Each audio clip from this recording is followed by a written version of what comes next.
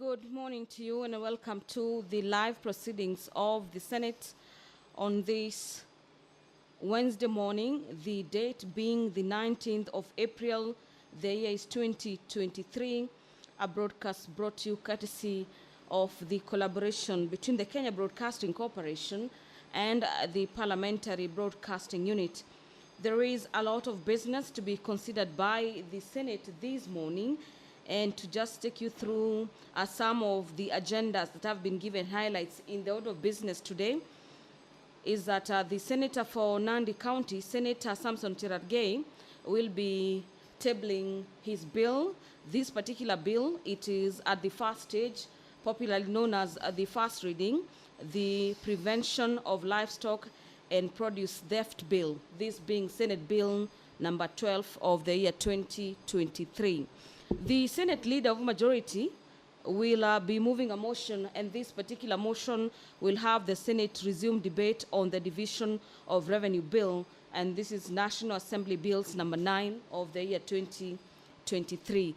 The senators were yesterday in the afternoon sitting discussing or debating this particular bill with the proposals in that particular bill, and we expect that that particular debate will resume with senators making their contributions regarding to the proposals in the bill on the allocation of revenue collected. The Equalization Fund Bill and Appropriations Bill number 3 of the year 2023 from the Senate is another bill that will be debated at the second stage, and this particular bill is by the Chairperson Standing Committee on Matters Finance and Budget. And what usually happens at this particular second stage is that senators make their contributions in regards to the proposals in the bill before it heads to the Committee of the Whole, popularly known as the that stage where changes might be made to that particular bill in regards to the proposals that could have come out of the second reading. Thereafter, the Senate will then proceed to the Committee of the Whole, where the senators will be considering two bills. The first bill is by Senator Danson Mungatana, and this particular bill is the Parliamentary Powers and Privileges Amendment Bill, Bill number 5 of the year 2022. The County Vocational and Education as well as Training Bill, Bill number 3 of the year 2022 by Senator Moses Kajwang, the Senator for Homa Bay County, is another bill under the category of the Committee of the Whole this morning. Thereafter, the senators will also be considering the provision of free sanitary towels to end period poverty, and this particular motion is by nominated Senator Gloria Oroba, and in this particular motion, the senator seeks to have the Senate resolve that the Ministry of Public Service, Gender and Affirmative Action, and this is in partnership with the Ministry of Education as well as the Council of Governors, do facilitate the provision of feminine hygiene products in all public schools, ensure that all schools that do not have bathrooms are facilitated to do with matters privacy and cleanliness, or ensure there is proper disposal of hygiene products that are properly equipped. In this particular motion, the Senate also seeks to have the Senate resolve that the Ministry of Health, in consolidation or in collaboration with the county or the Council of Governors, do create awareness and take advocacy measures on the reproductive health issues related to period poverty, as well as include in the curriculum a dedicated one lesson per week to teach girls on menstrual hygiene, and finally ensure that sanitary products will be obtainable in a timely, consistently, and in a way that respects the dignity of the concerned persons.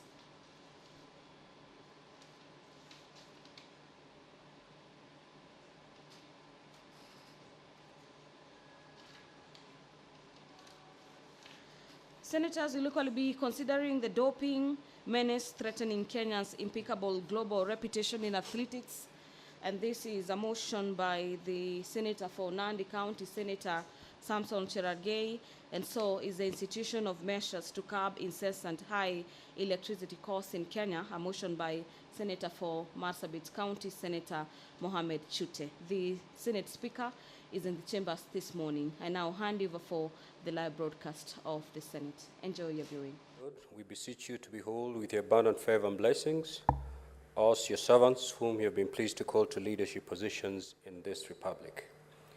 We seek guidance to treat and consider all matters that shall come under deliberation in so just and faithful a manner as to advance the peace, prosperity, and welfare of our country and of those whose interests you have committed to our charge. Amen.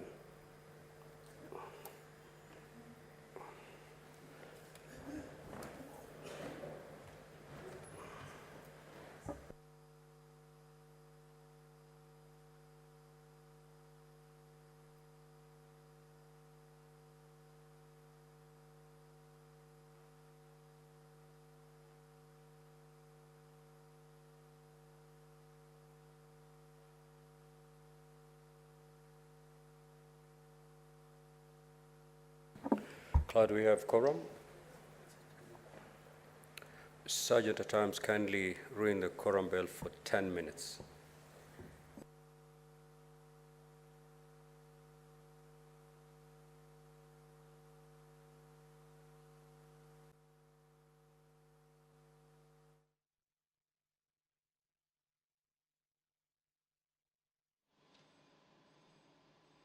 The Speaker of the Senate, Honorable Amason Kingi, has just directed the Sergeant at Arms to ring the quorum bell for 10 minutes, and this is to give some room to senators who have not yet made their way into the chamber this morning to do that, to ensure that the Senate raises the requisite number to commence business this morning. Before the Senate attains that particular quorum, allow me to continue taking you through the order of business of the Senate this morning. And another motion that senators are set to consider is the enhancing of highway safety and convenience, a senator done by Senator for Nyeri County, Senator Wahome Wamatinga, in conjunction with the Senator for Mombasa County, Senator Mohamed Faki. In this particular motion, the two senators want the Senate to resolve that the Kenya Highway National Authority, in collaboration with the Council of Governors, do come up with a policy framework on the incorporation of the road reserves for the roadside amenities in all highway designs.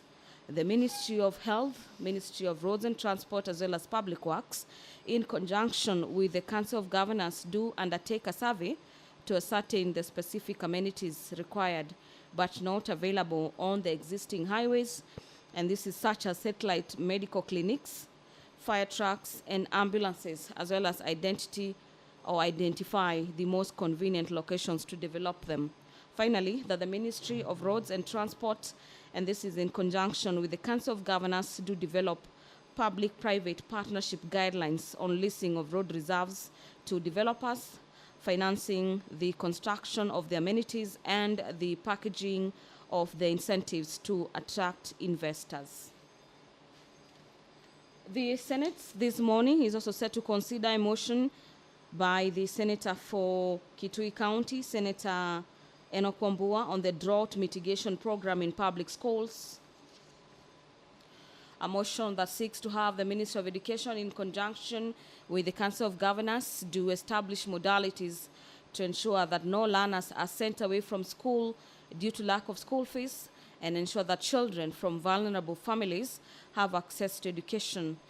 In the motion, the Senator seeks to have that the Senate resolve that the Ministry of Education, in conjunction with the Council of Governors, also do implement the effective school feeding program to ensure that children from vulnerable families in drought-hit regions have access to at least one hot meal per day, and that no child misses school due to lack of food.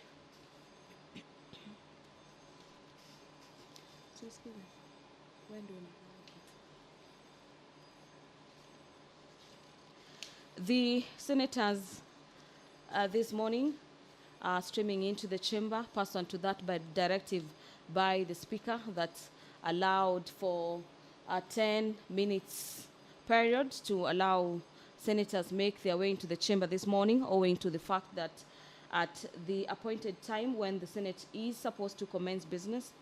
We did not have the quorum, and that is why you have that quorum bell ringing on your side, as well as this particular brief on the order paper this morning. Pursuant to standing orders of the House, standing orders number 56, subsection 1B, senators, a few of them will be seeking statements or making statements in regards to various issues. The chairperson standing committee on matters national cohesion, equal opportunity and regional integration will be issuing a statement relating to the activities of the committee. The chairperson standing committee on matters national security, defense and foreign relations will be issuing a statement relating to the activities of the committee. And similarly, the chairperson standing committee on matters trade and industrialization, as well as the chairperson standing committee on matters roads and transportation, are also chairs will be making statements in regards to the activities of their committees.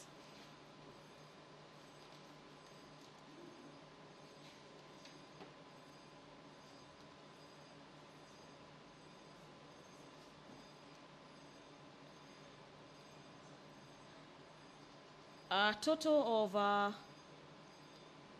30. There seems to be development in the chamber. The Senate appears to have raised the requisite quorum. Allow me now to hand you over for the live broadcast.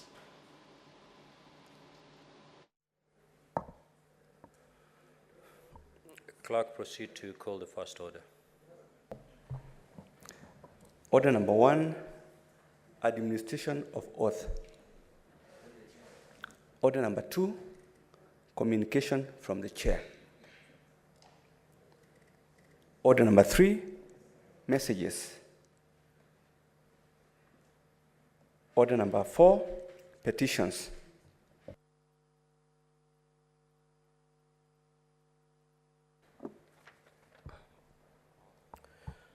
Honorable Senators, I hereby report to the Senate that a petition has been submitted through the clerk by Mr. Nick Mouko Mwancha, a citizen of the Republic of Kenya and resident of Nairobi County. As you're aware, Article 1191 of the Constitution states, and I quote, "Every person has a right to petition Parliament to consider any matter within its authority, including enacting, amending, or repealing any legislation." Honorable Senators, the salient issues raised in the said petition are as follows: that the National Transport and Safety Authority, NTSA, is responsible for putting in place guidelines, rules and regulations for all road users, including motorists and pedestrians. That all roads should have provision for pedestrians' use in form of either traffic lights, zebra crossing, or footbridge to protect them from harm through accidents due to high number of speeding vehicles. That for a long time, many pedestrians, especially University of Nairobi students, workers and other Kenyans within and around the Chiromo area and Waiyaki Highway have had challenges in safety crossing the Waiyaki Highway due to lack of provision of a footbridge. Hence, they have to run from one side to the other amid speeding vehicles.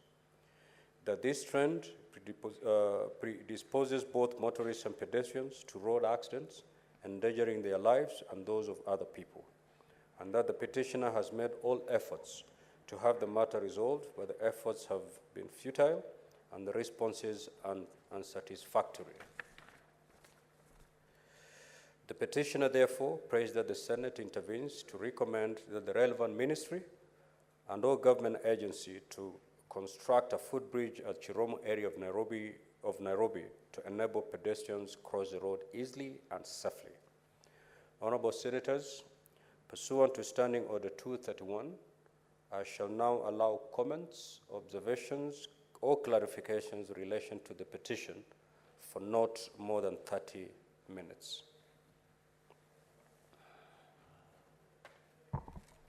Senator Mariam.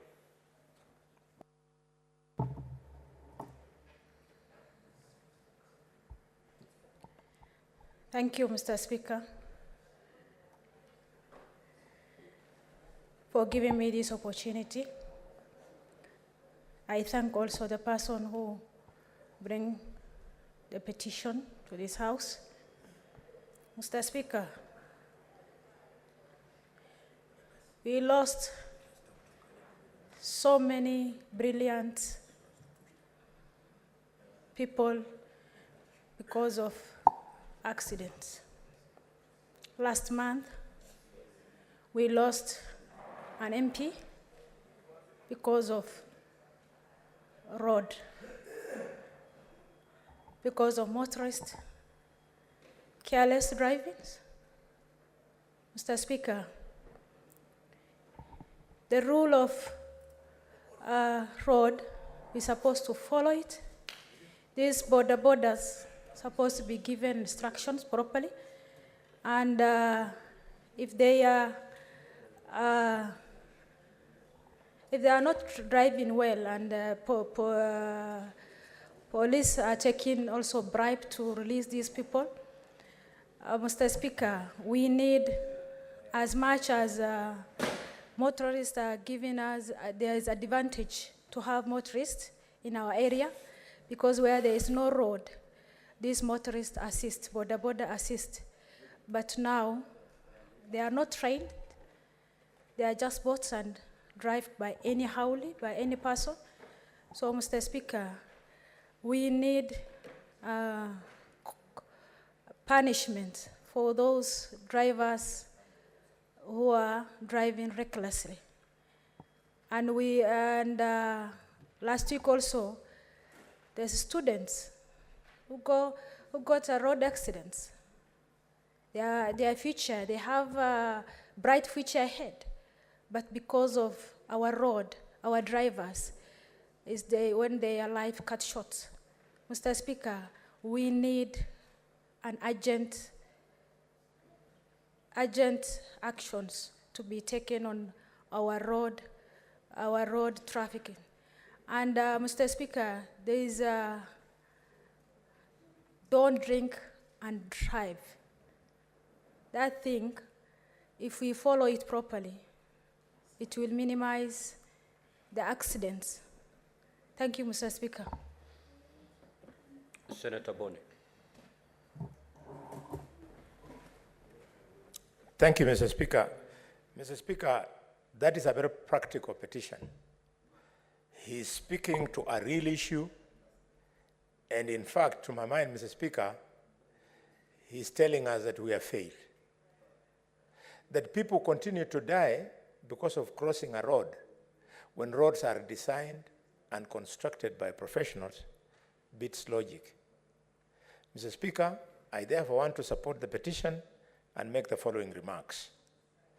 One, even as we build a footbridge, are the traffic lights in Nairobi working? And where the traffic lights are working, Mr. Speaker, why is it that, Mr. Speaker, the traffic lights are working and the traffic police come there, they start interfering with the traffic lights are asking you to move, the police blocks you, and in the process, it promotes congestion. To me, Mr. Speaker, is lack of functionality in the police traffic department. My second comment, Mr. Speaker, is on the Nairobi Expressway. This was an idea which ordinarily should have been a game changer. But there are aspects of that highway that completely negate the purpose of the rapid transport. Namely, Mr. Speaker, motorists come all the way from Mlolongo, and upon arriving into the city, then they are unable to enter into the city. There is no entry either to take people to the Upper Hill CPD or the main CPD in the city center. So motorists are forced now to go again all the way to Museum Hill. Probably there is a need for a rethink so that there is entry into the CPD in Upper Hill and also the main CPD, Mr. Speaker. My last point on this very important petition, Mr. Speaker, is about border. It's amazing the impunity demonstrated by boda boda in Nairobi. They actually just drive or ride their bicycles on the opposite side of the road. Mr. Speaker, I'm glad to inform Kenyans that I am doing a comprehensive law, a bill that will bring order in boda boda traffic. Mr. Speaker, I hope that this House, because the bill has already been assessed with the relevant departments, that we shall work on it quickly so that we can do to Kenya what Kigali has done, or Rwanda for that matter, has done to their boda sector, Mr. Speaker. I support. Senator Veronica.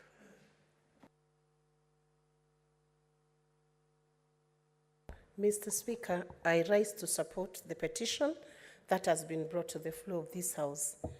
Mr. Speaker, the current number of fatalities in the Republic of Kenya emanating from road traffic accidents, pedestrian accidents on the highways, Mr. Speaker, and on our road network, Mr. Speaker, is alarmingly high. And indeed, Kenya is only second to Nigeria in terms of the number of traffic accidents that are happening in Africa, Mr. Speaker. It is shocking to note, Mr. Speaker, that the traffic department, which has been entrusted with managing and controlling the use of roads in Kenya, has not aided much or has not given much support to bring sober management of what is on our roads today, Mr. Speaker. Mr. Speaker, alarmingly, the traffic department has continued to receive tips and bribes on the roads, Mr. Speaker, even when offenders are blatantly breaching the traffic rules, Mr. Speaker.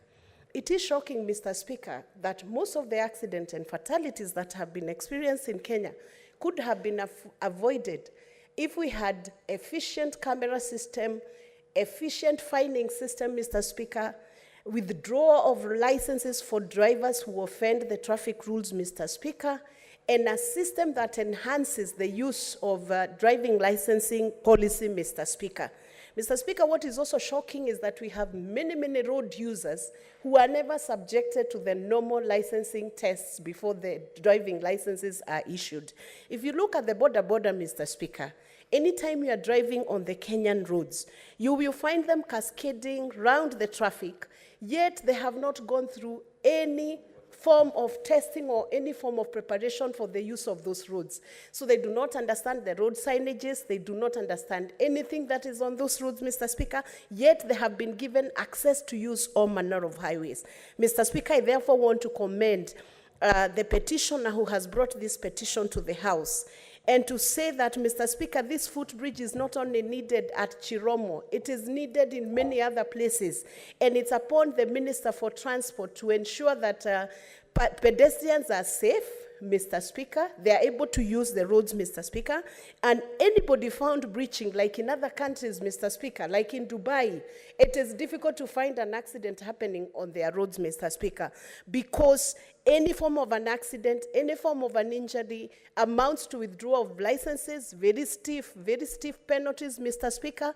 Indeed, Mr. Speaker, if you look at the jurisdiction in the UK, you will find that some of the drivers who've caused accidents on their roads, Mr. Speaker, are given an option of a fine of, say, £100, or an option of being trained for another 2 weeks, where those drivers will be shown the effect of causing accidents, Mr. Speaker. They are shown pictures of accidents, they are retrained once again, Mr. Speaker, and once a license is withheld, it is not returned until the authorities are satisfied that the driver is now prepared to use the road in a safe manner. So, Mr. Speaker, I rise to support that petition and to say that, Mr. Speaker, we need to be more careful, drivers need to be more courteous, Mr. Speaker.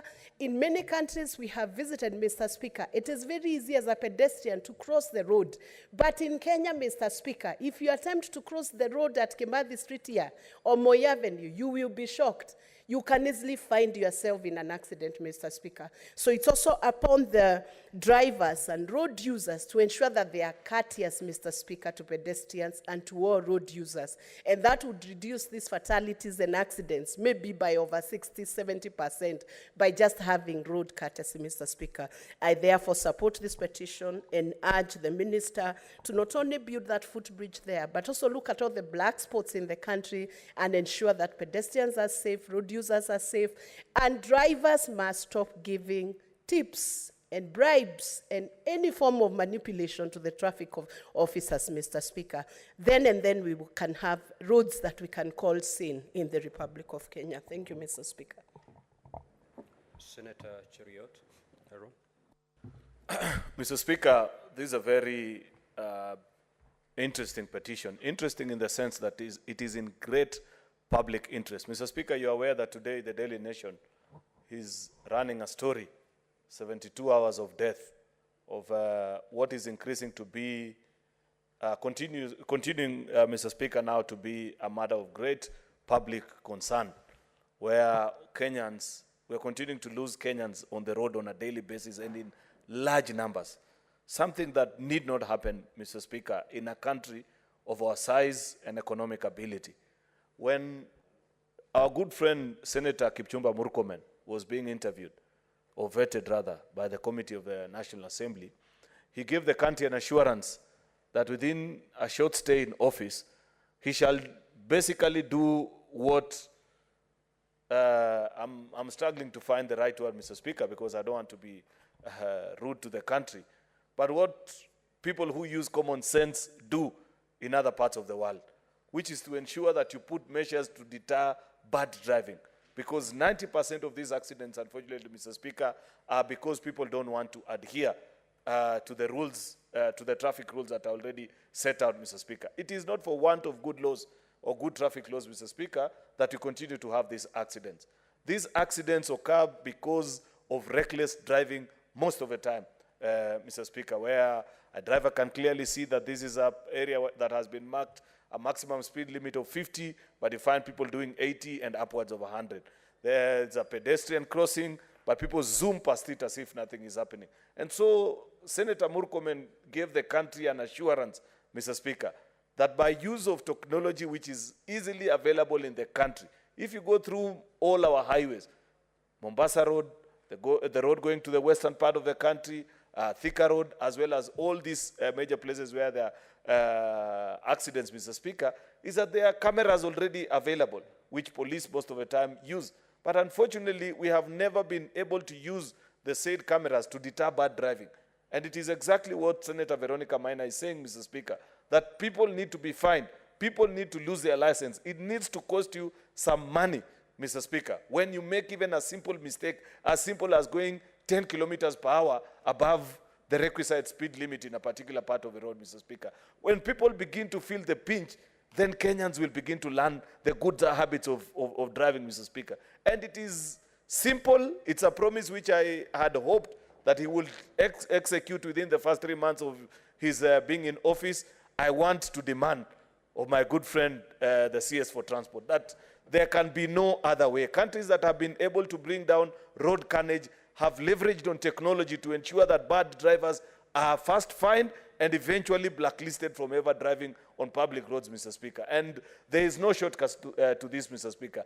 Until people begin to pay for their sins, they will not stop this bad habit of reckless driving, Mr. Speaker. We can put the bums, we can put all this infrastructure that you are talking about, but unless and until, Mr. Speaker, we eventually crack the whip on bad drivers, Mr. Speaker, unfortunately, we shall continue to see the kind of results that we are seeing, which are really heartbreaking, Mr. Speaker. That in this day and age, when you leave for your workplace, you're not assured whether the roads that you're using are actually safe for use, Mr. Speaker. So I hope our colleague, former Majority Leader Emeritus, is watching and listening to the sentiments of his former colleagues in this House, and together with the National Transport and Safety Authority, they shall be able to give us a solution the quickest time possible, Mr. Speaker. I thank you.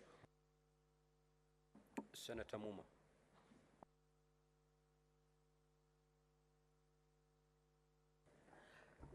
Thank you, Mr. Speaker, for giving me an opportunity to contribute to this petition, which I really support. Mr. Speaker, the construction of roads in Kenya seems to fall short of the standards that we should set or include. And Mr. Speaker, I'd like to support the petitioner and add that as we do our roads in Kenya, we need to know that it is more people who are pedestrian than those who have vehicles. So it is important that as we design our road network, that every person or every contractor constructing a road in Kenya must be able to provide spaces for pedestrians, must also be able to provide spaces that can allow crossing for persons with disability. And Mr. Speaker, this is a standard that we normally are shortchanged on by most of the contractors. I believe our laws provide for these standards, but the enforcement of these standards is not usually taken seriously. I therefore wish to urge that the CS Transport, Honorable Senator Murkomen, can actually take this matter seriously and know that the roads are not made for vehicles, the roads are made for people. And a lot of the accidents we have are not just accidents that are caused because of a vehicle. Many of those accidents are also because we did not provide for taking care of persons who are walking. So as we speak about the vehicles and the roads, I suggest that we start monitoring the true standards around building the roads to ensure that we accommodate all possible users of roads, by the way, in some areas, including animals, so that we are able to take care of that standard. I support. Senator Mundigi.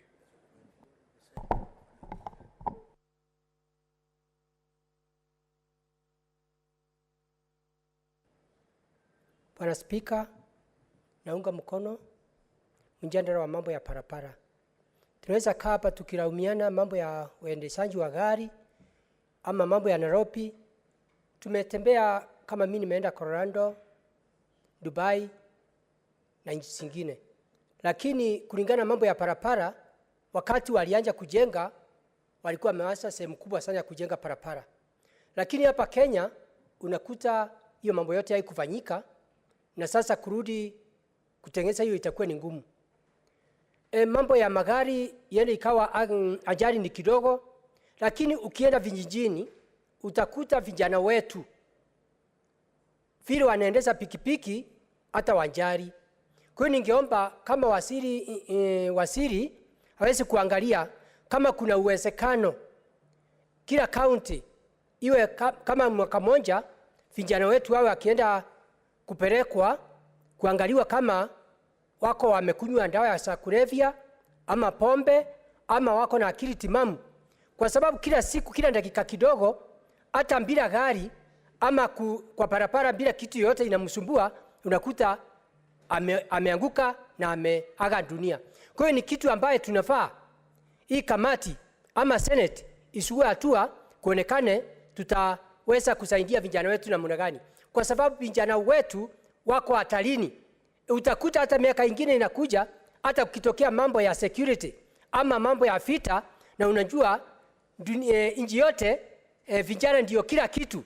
Hata utakuta hata watoto wetu wasichana wetu hawatapata watu wa kuwaoa. Sasa kwa hiyo ni kitu inafaa isikuwe hatua as a matter of emergency.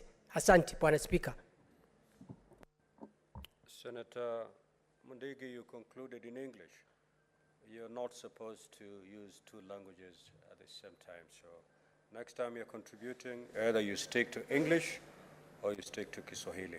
Senator Beth Sengo.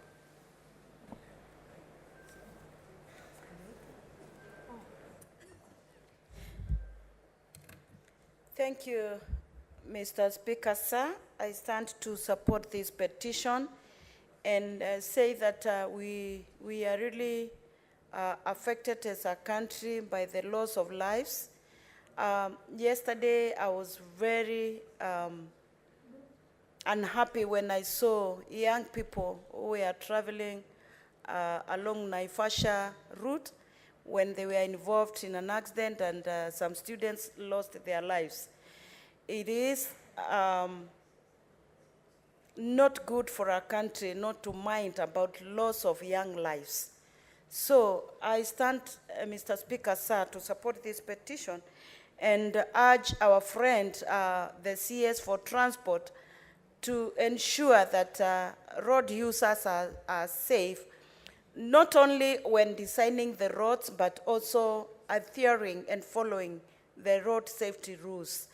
Mr. Speaker, sir, in our country, we have a new kind of emerging issue of the border, the motorbike riders, who are also contributing so much to some of the road accidents. I would urge that when the roads are being designed, there would be a route where the border riders can follow, then the pedestrian, and then the vehicles, so that we ensure there is safety for everybody in this country. Mr. Speaker, sir, I don't know about the licensing process that really needs to be considering and evaluating and vetting drivers. After a while, maybe after 6 months, there would be a fresh vetting to ensure that drivers who are on the roads are also compliant to road rules and regulations that will ensure safety of our people. I support the petition. Thank you. Senator Miraj.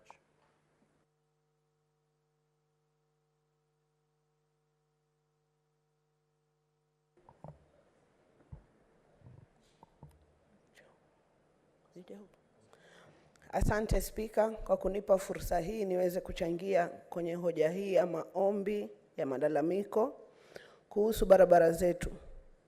Kwanza nahisi nimetoneshwa kidonda kwa sababu tulipoteza uhai wa vijana 19 pale Pwani University. Na imekuwa ni desturi kwamba barabarani kutatokea ajali na hakuna kitu kinachukuliwa, hakuna hatua inachukuliwa kwa sababu ya zile hongo ambazo tunazishuhudia katika barabara zetu.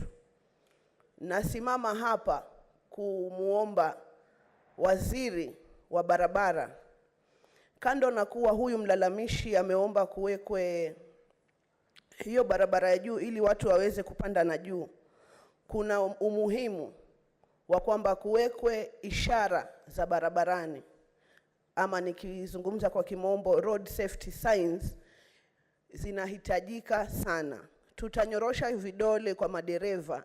Ndiyo, kwa kiasi kikubwa madereva wetu ndio wanachangia pakubwa katika hizi ajali tunazozishuhudia kwenye barabara zetu. Lakini sisi pia tunapaswa kama serikali kuweza kuweka hizi road signs ili tuweze kuwaongoza wale madereva wetu. Hawa wanaozungumziwa kwa sana, madereva wa bodaboda, kando na kuwa wanahatarisha maisha ya Wakenya, Bwana Spika, wanahatarisha hata maisha yao. Na nimezungumzia kuhusu hongo zinazochukuliwa barabarani kwa sababu, Spika, utakubaliana na mimi ya kwamba kuna vijana wengi ambao baada ya kukosa ajira wanapeana squad katika zile stage za mitaani. Mtu ambaye hajawahi kwenda shule ya kusomea ujuzi wa kuipeleka ile bodaboda, anapewa bodaboda na anabeba abiria na anahatarisha maisha ya yule anayembeba na yake yeye mwenyewe. Kwa hivyo ningeomba kukuwe na crackdown ambayo itawezesha kuonesha wale waendeshaji wa bodaboda kwamba wana leseni ya kuweza kuwapeleka Wakenya katika taifa hili. Na pia kuwekwa hizo road signs ili ziweze kuwaongoza madereva wetu. Asante Bwana Spika. Senator Sigei.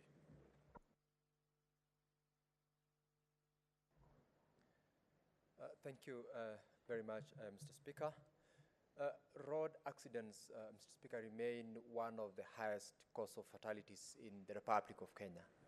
And when we speak about a petition like the one that you've read this morning, the first item that comes to one's mind is, what is the reason why the particular gentleman is asking for a flyover to be erected across Chiromo Road?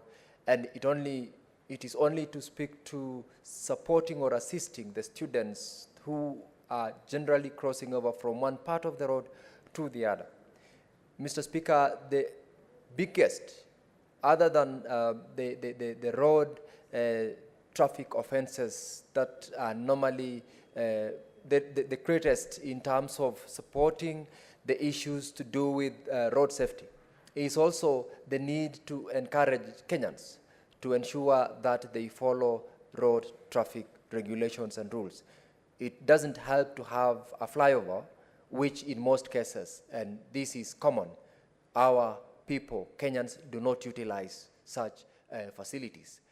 Though the person in the petitioner before this house today is asking that such a flyover is erected, we need to enhance and also ensure that Kenyans generally and all the road users are encouraged to use such facilities whenever they are availed, because we have lost very many Kenyans, not because of maybe the challenges to do with the status of our roads or the roadworthiness of the motor vehicles or the condition of the drivers, who in most cases are the greatest causes of the accidents, but largely it is because of the inability of most of the road users to use facilities once they are availed for their utility. Mr. Speaker, even as we support the erection of such a flyover in such a place, we need to speak to all and most of Kenyans to ensure that any other facility that's available be fully utilized. One of the other major causes, as my colleagues have stated here, is also the use of motorbikes. It is not because of lack of laws or lack of regulations. It is because of the people, riders, road users, pedestrians, and drivers not complying with the regulations and the laws that are in place. And one of the reasons as to why we can have a conversation about erection of proper flyovers without necessarily supporting or ensuring that our Kenyans are protected from road accidents is because of that which is already in law. We have as many regulations, we have very many laws in place, but they do not follow them. And as we encourage Kenyans to also support the government in ensuring that road facilities are made all over, Kenyans are also encouraged to use and comply by participating in creating awareness on the need to protect their own lives when they are using the roads. Mr. Speaker, I support. Thank you, Honorable Senators. The half an hour meant for interrogation and comments is long spent. And therefore, Honorable Senators, pursuant to Standing Order 238-1, the petition should be committed to the relevant standing committee for its consideration. In this case, I direct that the petition be committed to the Standing Committee on Roads, Transportation, and Housing. In terms of Standing Order 238-2, the committee is required in not more than 60 calendar days from the time of reading the prayer to respond to the petitioner by way of a report addressed to the petitioner and laid on the table of the Senate. I thank you. Next order, clerk. Order number 5, papers. Majority Leader.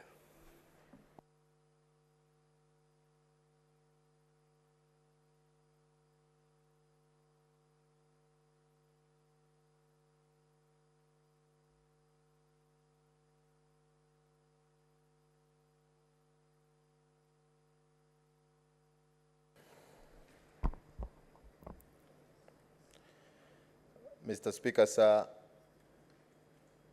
I beg to lay the following papers on the table of the Senate today, 19th April 2023.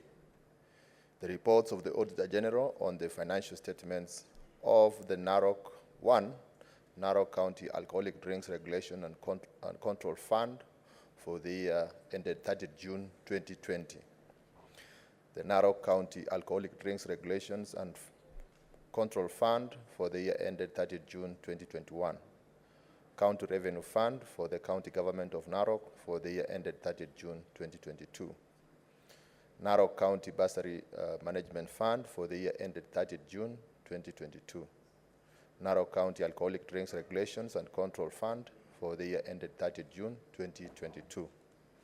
Bomet County Education Revolving Fund for the year ended 30 June 2022.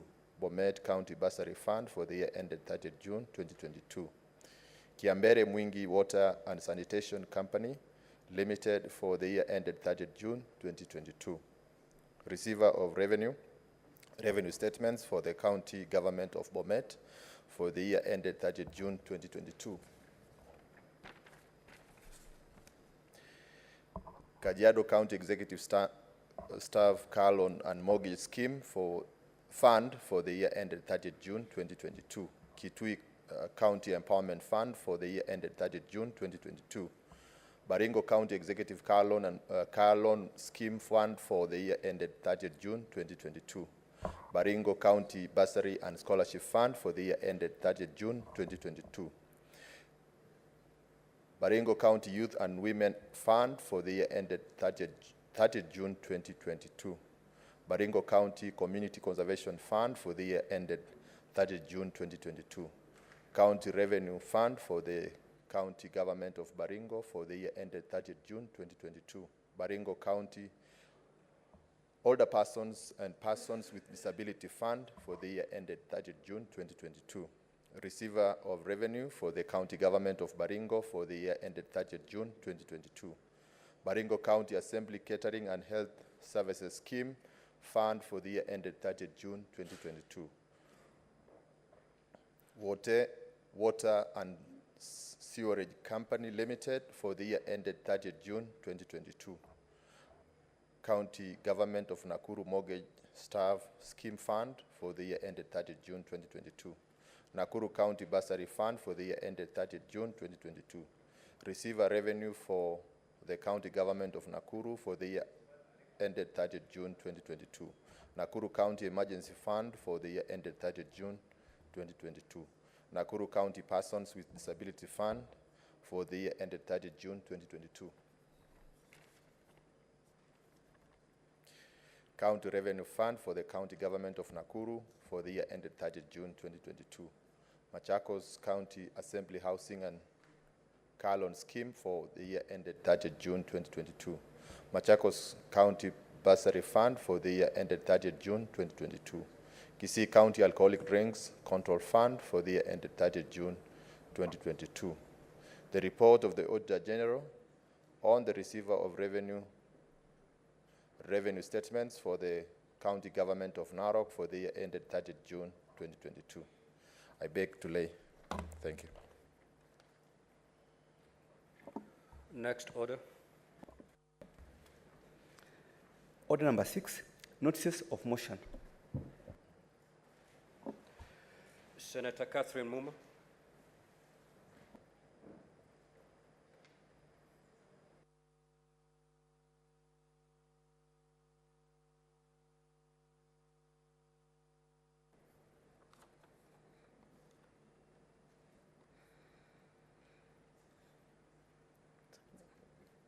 Is it on? Mr. Speaker, I beg to give notice of the following motion.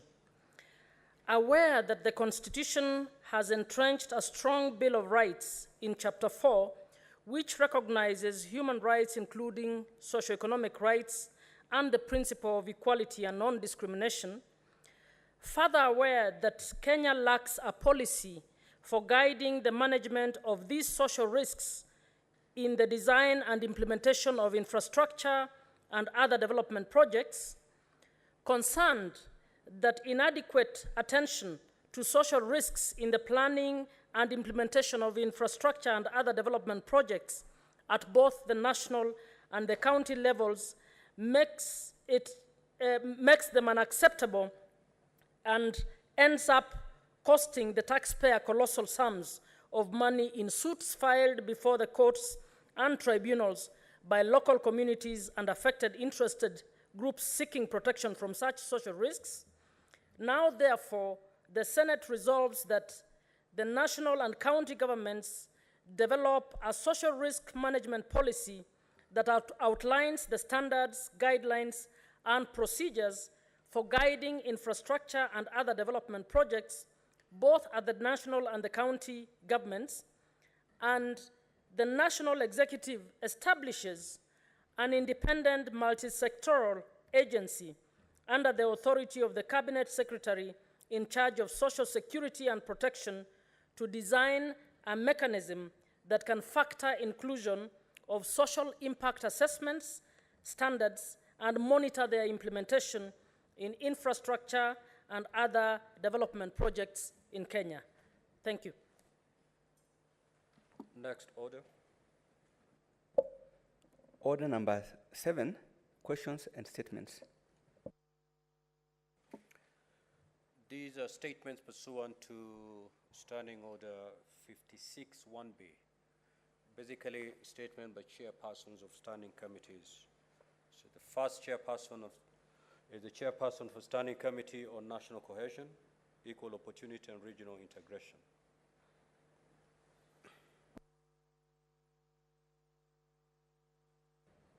Mr. Speaker, I would want to defer my statement because the statements are not ready, maybe about 1 hour. Thank you. Very well. The chairperson Standing Committee, National Security, Defense and Foreign Relations.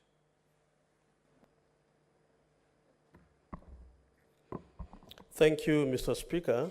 Mr. Speaker, I rise pursuant to Standing Order 56-1B to make a statement on the activities of the Standing Committee on National Security, Defense, and Foreign Relations for the period commencing 14th October 2022 and 30th March 2023. Mr. Speaker, during the period under review, the committee held a total of 26 sittings and considered 3 legislative proposals, 34 statements, held 1 approval hearings, and tabled 2 reports. The committee also undertook 1 county visit, and held 2 retreats. Mr. Speaker, in respect of the legislative proposals, the committee reviewed the following bills considered during the 12th Parliament and recommended the same for publication.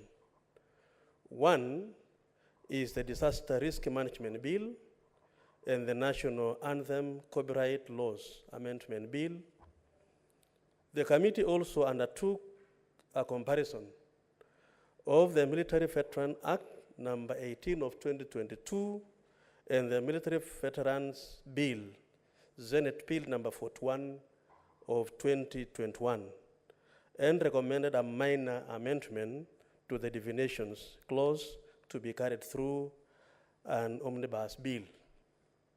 Mr. Speaker, regarding statements, a total of 33 statements were sought from the committee during the period under review, as annexed to this statement.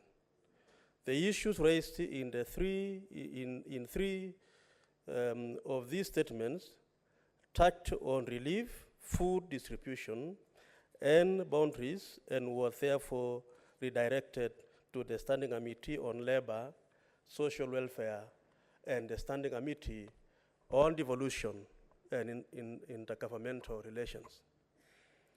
The committee has received a total of 22 responses to the statement sought, which was shared with the respective senators, and awaits response to 8 statements from the relevant ministries. Mr. Speaker, it's important for me to notify the House that yesterday we were able to receive further 4 responses, and therefore we have only 4 outstanding questions without responses from the relevant ministries. So it is not now 8, it's actually 4 now. The committee further undertook a county visit to Kitui County in respect of a statement sought by Senator Enoch Wambua, CBS, MP, on the heightened insecurity in Mudha Ward, Kitui County, on Wednesday, 26th of October 2023, and tabled its report on 29 November 2023. The committee made a number of recommendations to the Ministry of Interior and National Administration, the Independent Policing Oversight Authority, IPOA, the Kenya Wildlife Service, among others, and has been following up on the implementation of the said recommendations. Mr. Speaker, pursuant to Section 3, Section 6, Subsection 3 of the Public Appointments Parliamentary Approvals Act 2011, the committee and the National Assembly Departmental Committee on Administration and Internal Affairs held an approval hearing for the appointment of Engineer Chavet Kohome to the position of Inspector General of the National Police Service on 8th of November 2022. The committee's approval approved the nomination of Engineer Kohome to the position of the Inspector General of the National Police Service and tabled their report on 9th of November 2022. Mr. Speaker, the committee held its induction and workshop planning retreat between 9th and 12th of March 2023 in Naivasha, Nakuru County. The committee held fruitful deliberations with invited stakeholders, including the Cabinet Secretary, Minister of Interior and National Administration, the Chairperson, Independent Policing and Oversight Authority, the Inspector General of Police, that is National Police Service Commission, the Director of Criminal Investigations, and the Chairperson, National Police Commission. The committee also held a retreat with the Cabinet Secretary, Minister of Foreign and Diaspora Affairs, and the CEO of National Drought Management Authority, NDMA, between 30th of March and 1st April 2023 in Naivasha, Nakuru County. Mr. Speaker, a number of legislative gaps emerged during the deliberations held at the retreats, which the committee is currently considering with a view to sponsoring amendments to existing laws. Mr. Speaker, going forward, the committee intends to conclude its considerations of legislative gaps with a view to sponsor bills to remedy the same and undertake a county visits to various counties, including Baringo, Elgeyo Marakwet, West Pokot counties, Isiolo, to assess the ongoing security situation. I thank you, Mr. Speaker. The Chairperson Standing Committee on Trade, Industrialization and Tourism.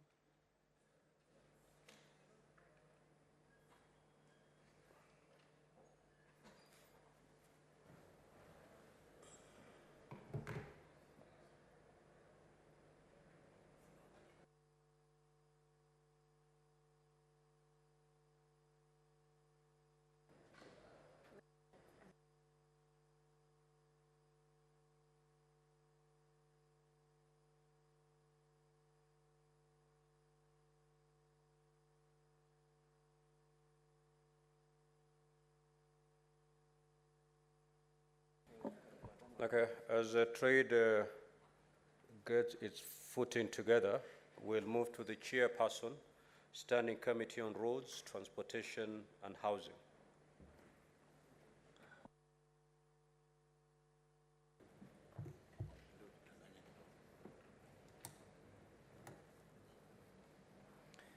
Thank you very much, Mr. Speaker. I rise pursuant to Standing Order 56, 1B, to make a statement on the activities of the Standing Committee on Roads, Transportation and Housing for the period commencing 13th October 2022 to 31st March 2023. Mr. Speaker, the Senate Standing Committee on Roads, Transportation and Housing is established under Standing Order 228-3 of the Senate Standing Orders and is mandated to consider all matters relating to transport, roads, public works, housing, construction, and maintenance of roads, rails, and buildings, seaports, and communication. Committee meetings. Mr. Speaker, sir, during the period under review, the committee held 26 sittings and 1 joint sitting with the Standing Committee on Land, Environment, and Natural Resources. Business before the committee. During the period under review, the Speaker has committed the following businesses to the committee. 3 petitions. Mr. Speaker, we now have 4 adding to what you've just committed to this committee. 14 statements and 1 message. Petitions. Mr. Speaker, sir, the following are the petitions that have been referred to the committee and are at various stages of consideration. Petition concerning public transport in Lake Victoria between Mfangano Island in Suba Central Sub-County and Mbita, Homa Bay County. The residents of Mfangano Island in Lake Victoria, Homa Bay County, petitioned the Senate to have a public ferry to ply the Mbita-Mfangano route in Lake Victoria.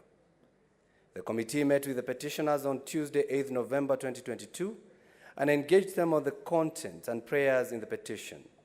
The committee also invited the Ministry of Roads and Transport, who expressed commitments to honor the prayers in the petition.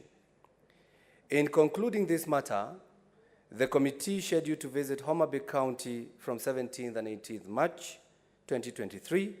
However, the visit was postponed at the request of the Senator for Homa Bay. The committee remains committed to conclude this matter. Petition 2. Petition concerning eviction and demolition of Buxton Estate, Mvita constituency in Mombasa County. The former residents of Buxton Estate petitioned the Senate following the eviction and demolition of their houses. The petitioners sought the intervention of the Senate to be accorded an opportunity for them to acquire the houses at the redeveloped Buxton Estate under affordable terms. The committee met with petitioners, the county government of Mombasa, and the developer of Buxton Estate on various dates.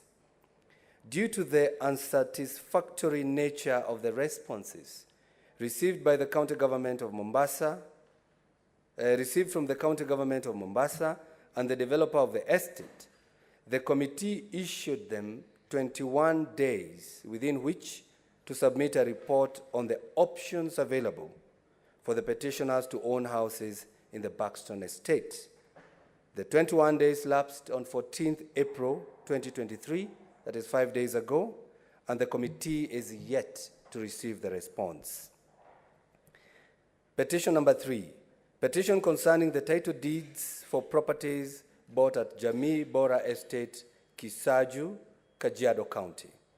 The petitioners petitioned the Senate regarding the purchase of houses and shops from Jamii Bora Charitable Trust under an off-plan housing scheme, but have never received the document since 2008.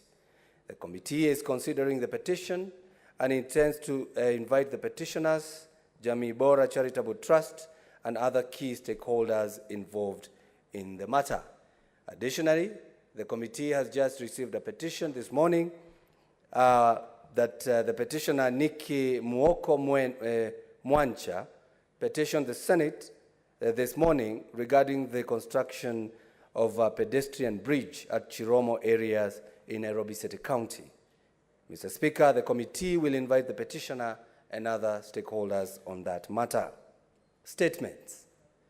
Mr. Speaker, sir, pursuant to Standing Order 52.1 and 53.1, during the period under review, the following 14 statements were referred to the committee for consideration. Statement by Senator Edwin Sifuna, MP, on the strike by the Kenya Airways pilots. On this statement, the committee was asked to investigate the issue surrounding the Kenya Airways pilot strike. Whereas the statement was related to labor matters affecting the pilots, the strike affected the operation of the Kenya Airways and raised a number of management issues at Kenya Airways. The committee engaged the Ministry of Roads and Transport and was informed that the government will pronounce itself on the strategic decision for revitalization of Kenya Airways, dubbed Project Kifaru, by September 2023. Statement by Senator Mohamed Faki, MP, on the illegal diversion of staff training funds from the accounts of the Kenya Maritime Authority, KMA. Mr. Speaker, on this statement, the committee received a response from the Cabinet Secretary, Ministry of Mining, Blue Economy and Maritime Affairs, which was unsatisfactory, and the ministry was requested to provide more information. We are still waiting for that information. Statement number 3, statement by Senator Lelegwe Tumbesi on the status of implementation of the Lamu Port, South Sudan, Ethiopia Transport Corridor, LAPSET project in Samburu County. On this statement, the committee is in receipt of the response from the Cabinet Secretary, Ministry of Roads and Transport to the statement and has scheduled to consider it. On the statement by Senator Alexander Mundigi, MP, on the adverse effects of the collapse of Enna Bridge in Embu County. On this statement, the Cabinet Secretary, Ministry of Roads and Transport, informed the committee that the bridge collapsed due to the overloaded transportation truck. Nonetheless, he informed the committee that the bridge was repaired and was now accessible. The committee established that the response was satisfactory and concluded the matter, and this was reported before the House. Statement by Senator Kathuri Murungi, MP, on the need for redesigning and realignment of Nithi Bridge.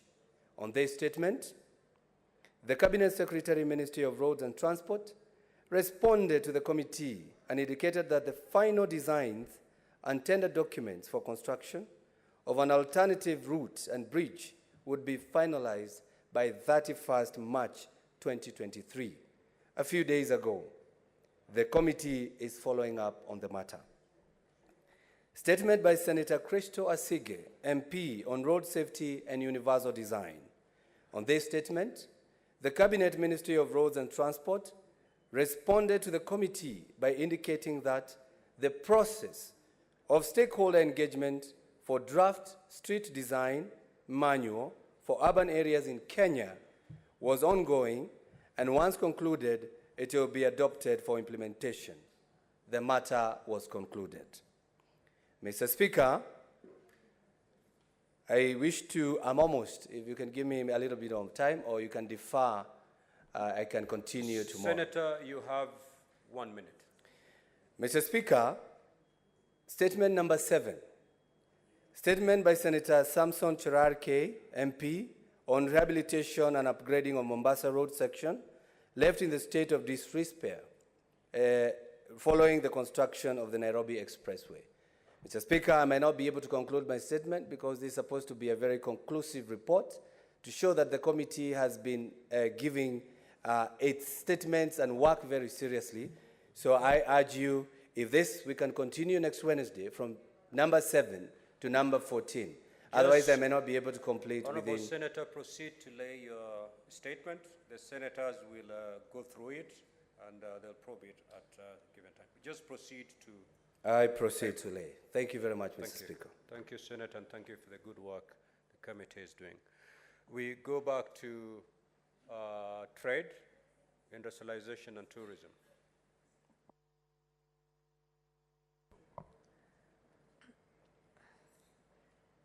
Thank you, Mr. Speaker.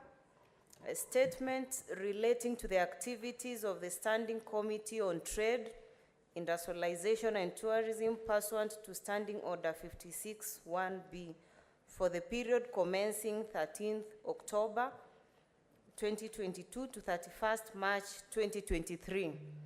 Mr. Speaker, sir, I rise pursuant to Standing Order 56-1B of the Senate Standing Orders to make a statement on the activities of the Standing Committee on Trade, Industrialization and Tourism for the period commencing 13th October 2022 to 31st March 2023. Mr. Speaker, sir, during the period under review, the committee held a total of 23 meetings. Mr. Speaker, sir, the committee held its induction and work planning retreat from 5th to 8th February 2023 and met with key stakeholders. The committee consolidated a matrix of legislative bills from the stakeholders which will be incorporated into its work plan. During the period, the committee undertook 2 foreign travel engagements as follows. 1, participation in the 22nd EAC Trade Fair held in Kampala, Uganda from 8th to 18th December 2022, and 2, participation in the Industrial Park Study in Ethiopia from 12th to 20th February 2023. The committee considered and adopted the reports for tabling in the Senate. Mr. Speaker, sir, during the period under review, the committee considered the following bills. The County Licensing 2022 Uniform Procedure Bill, that's Senate Bill number 9 of 2022. Mr. Speaker, sir, this bill seeks to establish standard uniform procedures for licensing by county governments. The bill mandates its implementers to adhere to the need to protect consumers, provide access to information on conditions for issuance of licenses, cost effectiveness in the licensing process, and prevention of multiple licensing processes. The committee processed the bill and tabled its report in this House on 12th April 2023. Then the other bill is the Startup Bill 2022, that's Senate Bills number 14 of 2022. Mr. Speaker, sir, the bill seeks to provide a framework to encourage innovation and incentivize the establishment of startups through incubation programs and a streamlined administrative mechanism of registration and operations. The objects of the bill include, among others, to promote an enabling environment for the establishment, development, conduct of business, and regulation of startups. The committee processed the bill and adopted its report for tabling in the Senate. Mr. Speaker, sir, during the period under review, the committee also considered the following statements. First, the status on the revocation notice of Granville Farmers Cooperative Society Limited by Gazette Notice 8427 in Machakos County, requested by Senator Agnes Kavindu Mudhama MP, and the committee requested a response from the Cabinet Secretary, Ministry of Cooperatives, Micro, Small and Medium Enterprises Development.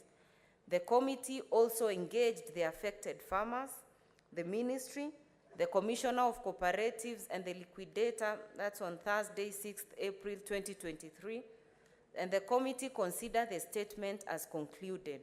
However, the committee will follow up on the supplementary and emerging issues within its mandate.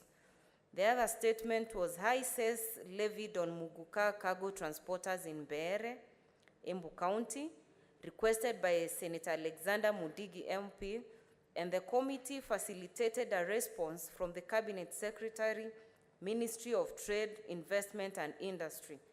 The committee also engaged with the affected farmers from Beere, Embu Mira Traders Cooperative Union, and the committee is set out to undertake an inspection visit in Beere, Embu County, to interrogate the issues raised in the statement. The third statement was a statement on the effect of government austerity measures on the hotel industry, requested by Senator Godfrey Osousi MP. The committee requested responses from the Ministry of Tourism and Wildlife, and the National Treasury is yet to receive the responses. The other statement is on the rise in roadside hardware suppliers in Nairobi City County, requested by Senator Tabitha Mutinda MP, and the committee requested a response from the Ministry of Trade and Nairobi County Government. The committee also resolved to follow up with the stakeholders and the process reminders for the responses. The other statement is a statement on the state of affairs at the KICC, requested by Senator Samson Cherarkei MP, And this, the committee requested a statement from the Cabinet Secretary, Ministry of Tourism, Wildlife, and the Kenyatta International Convention Center. The committee also had a meeting with Senator Samson Cherargei, MP, to deliberate on the statement. The statement was concluded. However, the committee will follow up on the supplementary issues within its mandate. The other one is a statement concerning the state of foreign direct investments in Kenya, requested by Senator Samson Cherargei, MP, and the committee has requested a response from the Ministry of Trade, Investment, and it's awaiting a response. The other one is a statement sought by Senator James Murango, MP, on the measures taken to make Kenyan produce in external markets. The committee requested a response from the Ministry of Trade, Investment, Kenvest, and the Kenya Export Promotion Branding Agency, and the response from the ministry is being awaited. Mr. Speaker, sir, the committee is scheduled to consider the following business in the next quarter. One, undertake an inspection visit to engage with affected persons of the liquidation of Dramville Farmers Cooperative Society Limited in Machakos County. Next, undertake an inspection visit to Mbeere, Embu County, to engage with affected Muguka cargo transporters in Embu County. Then organize a conference on high sales levies charged on Muguka transport involving the CECMs of the counties of Embu, Nairobi, Mombasa, Garissa. And finally, undertake a fact-finding visit to Busia and one Malaba one-stop border post to evaluate the status of regional trade and the Kenya-Uganda trade flows. I lay the statement. Thank you, Mr. Speaker. The Chairperson, Standing Committee on National Cohesion, Equal Opportunities and Regional Integration.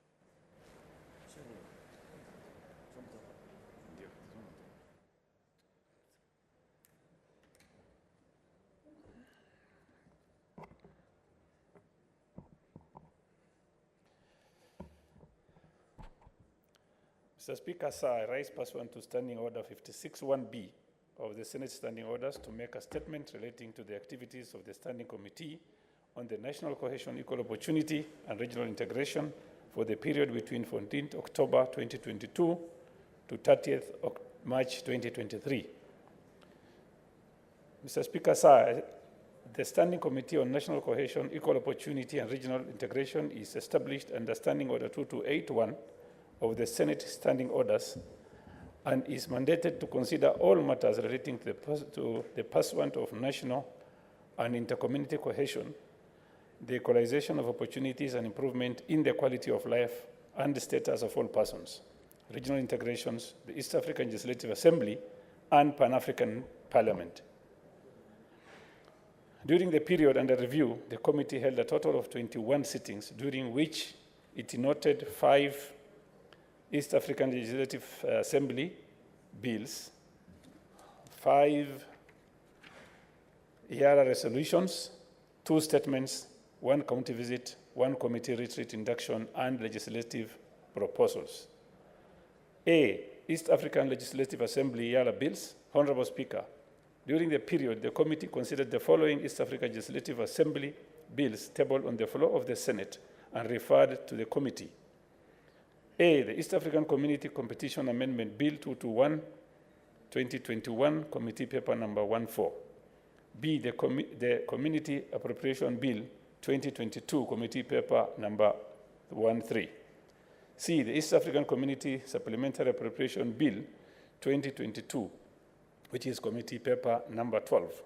D, the East African Community Supplementary Appropriation number 2, Bill 2022, Committee Paper number 11. E, the East African Community Persons with Disability Bill 2022, Committee Paper number 15. The committee notes that in future, upon consideration of any bills referred to them, there will be a report to be tabled. B, EARA resolutions. Honorable Speaker, during the period under review, the following East African Legislative Assembly resolutions were referred to the committee by the Senate. 1, resolution of the Assembly paying tribute to His Excellency Mwai Kibaki, the third President of the Republic of Kenya. 2, resolutions of the Assembly paying tribute to the late Right Honorable Jacob Ahulanya, former Speaker of Parliament of Uganda. 3, resolution of the Assembly recommending to the Council of Ministers to urge partner states to strengthen framework for eradicating child sexual abuse in the community. 4, resolution of the Assembly urging the Council of Ministers to recommend the partner states to enhance gender equality in access to food, nutrition, security in the community. 5, resolution of the Assembly granting members of the Assembly permission to access official documents of the House to be used in evidence before the East African Court of Justice. C, statements. Honorable Speaker, during the period under review, 2 statements were sought from the committee, which are 1, a statement sought by Senator Beth Siengo, MP, on the actualization of the not more than 2/3 gender rule in the counties. 2, a statement sought by Senator Crystal Kegehi Asige, MP, regarding the matter of representation of persons with disabilities in the county assemblies. The committee, in considering response from the statements, and will conclude in the next 2 weeks. D, committee inductions and stakeholders' engagements. Honorable Speaker, the Standing Committee on National Cohesion, Equal Opportunity and Regional Integration held its induction and work planning retreat between 9th and 11 February 2023 in Naivasha, Nakuru County. The retreat equipped senators with an understanding of the functions, objectives, policy directions, major projects and programs, challenges, legislative gaps, and possible proposals and opportunities for collaboration and cooperation with the relevant ministries and state agencies falling within the mandate of the committee. And this includes 1, the Ministry of Interior and Coordination of National Government, the Ministry of Public Service, Gender and Affirmative Action, the Ministry of Foreign Affairs, Foreign and Diaspora Affairs, the Ministry of Information, Communication, Digital Economy, the Ministry of East Africa Community, Urban and Regional Development, the Ministry of Cooperatives, Micro, Small, Medium Enterprise Development, the National Cohesion and Integration Commission, the Kenya National Commission on Human Rights, the National Gender and Equality Commission, the National Council of Persons with Disability, the Council of Governors, the Youth Enterprise Fund, Uwezo Fund, Women Enterprise Fund, the County Assemblies Forum. In the course of the community's deliberation with the various stakeholders, a number of legislative gaps were proposed and are currently being considered by the committee with a view of developing various legislative proposals. Mr. Speaker, sir, the committee has also been able to meet with the Cabinet Secretary of Ministry of Interior and Coordination of National Government and the Chairperson National Cohesion and Integration Commission between the 22nd February 2023 and 1st April 2023 to discuss matters of national peace, cohesion, and integrity. Mr. Speaker, sir, the committee also conducted a county visit to Kitui for community peace dialogue aimed at restoration of peace and cohesion. The consideration of the 2023 budget policy statement. Mr. Speaker, sir, the committee considered the 2023 budget policy statement and the medium-term debt management strategy, on which it made critical observations and sustainable recommendations on the policies touching on various challenges and risks that are facing the county government. Mr. Speaker, sir, in conclusion, the committee plans to carry out the following key activities in this session. A, consideration of a legislative proposal for the County Youth Council Bill with a view of enacting it into law. B, a meeting with the Cabinet Secretary, Minister of East Africa Community, ASAL, and Regional Development. C, undertaking county visits to Tharaka Nithi and Marsabit counties for a peace dialogue meeting.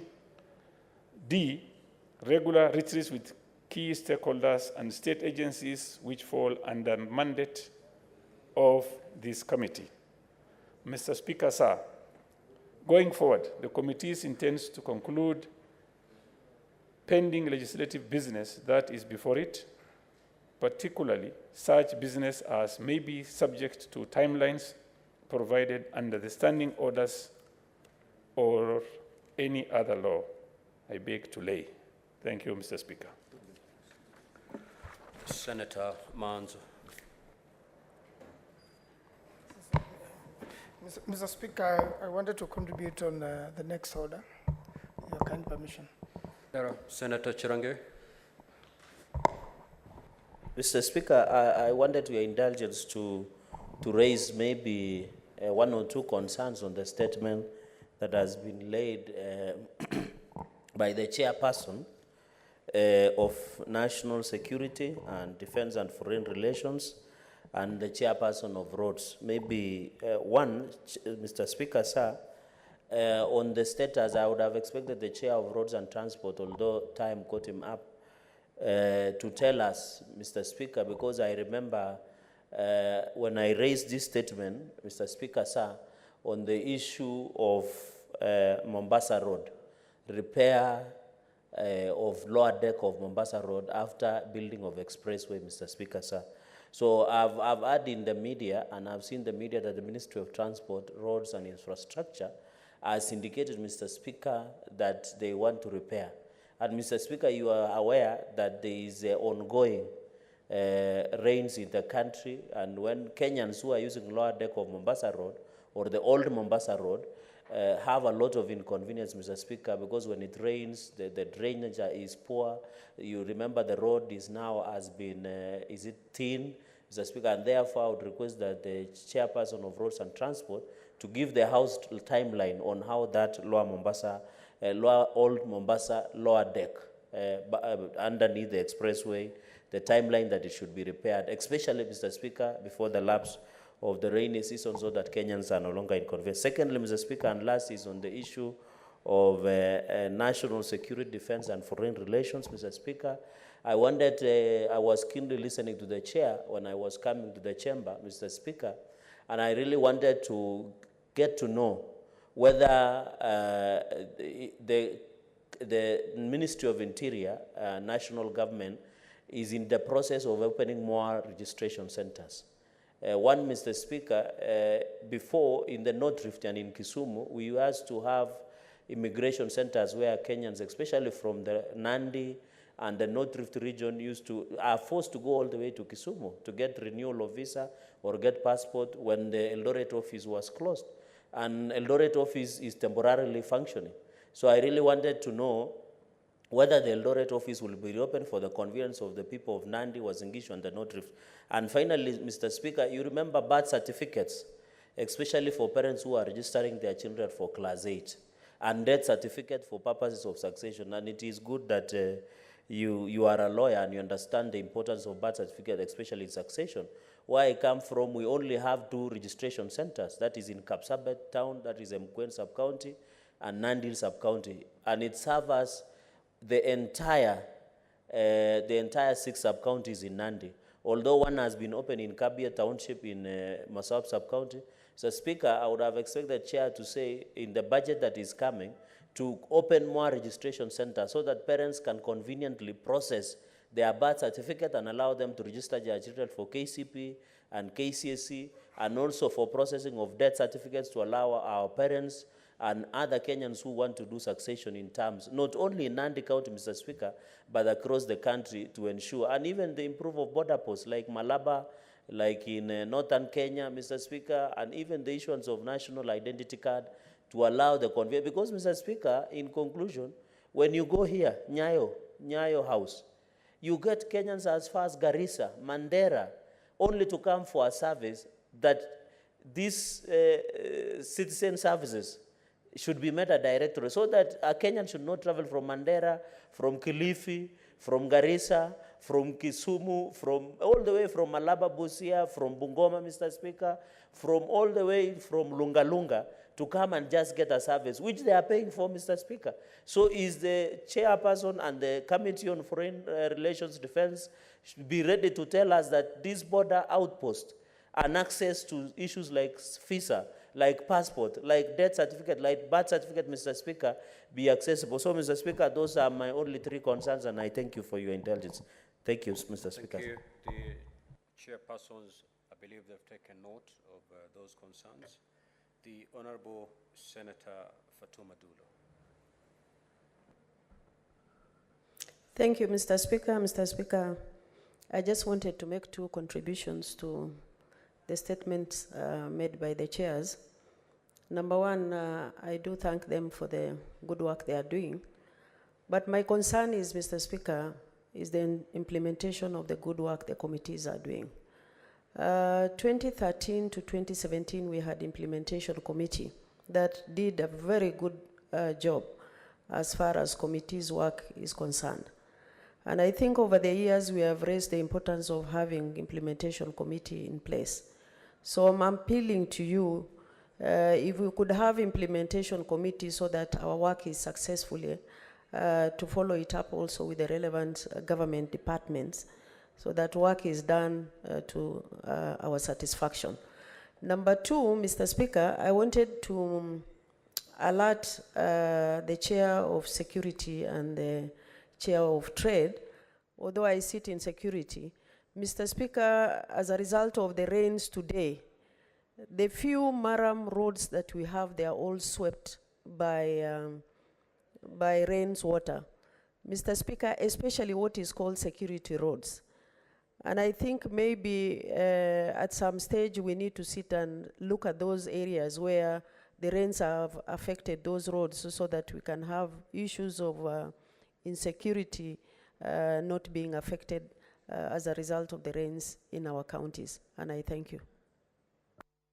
Thank you, Senator. The chair has taken note on the need to have the implementation committee, and I believe it's a matter to be discussed at SBC. But we've taken note. Next order, clerk.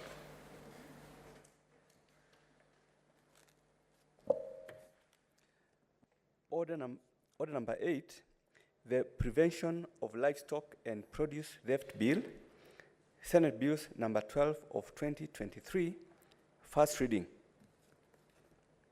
A bill for an act of parliament to provide for a legal framework for the identification of livestock, the movement of livestock, the prevention of livestock theft, the regulation of trade in livestock, the return of illegally acquired livestock and firearms, and for connected purposes. Next order. Order number 9, the Division of Revenue Bill, National Assembly Bills number 9 of 2023, second reading. Honorable Senators, we now resume debate on this bill. This debate was interrupted yesterday, 18th April 2023. At the time of the interruption of debate, Senator Ledama was on his feet and had a balance of 6 minutes. I do not see Senator Ledama in the House, and therefore we shall proceed to allow senators to continue with the debate. Senator Lomenen.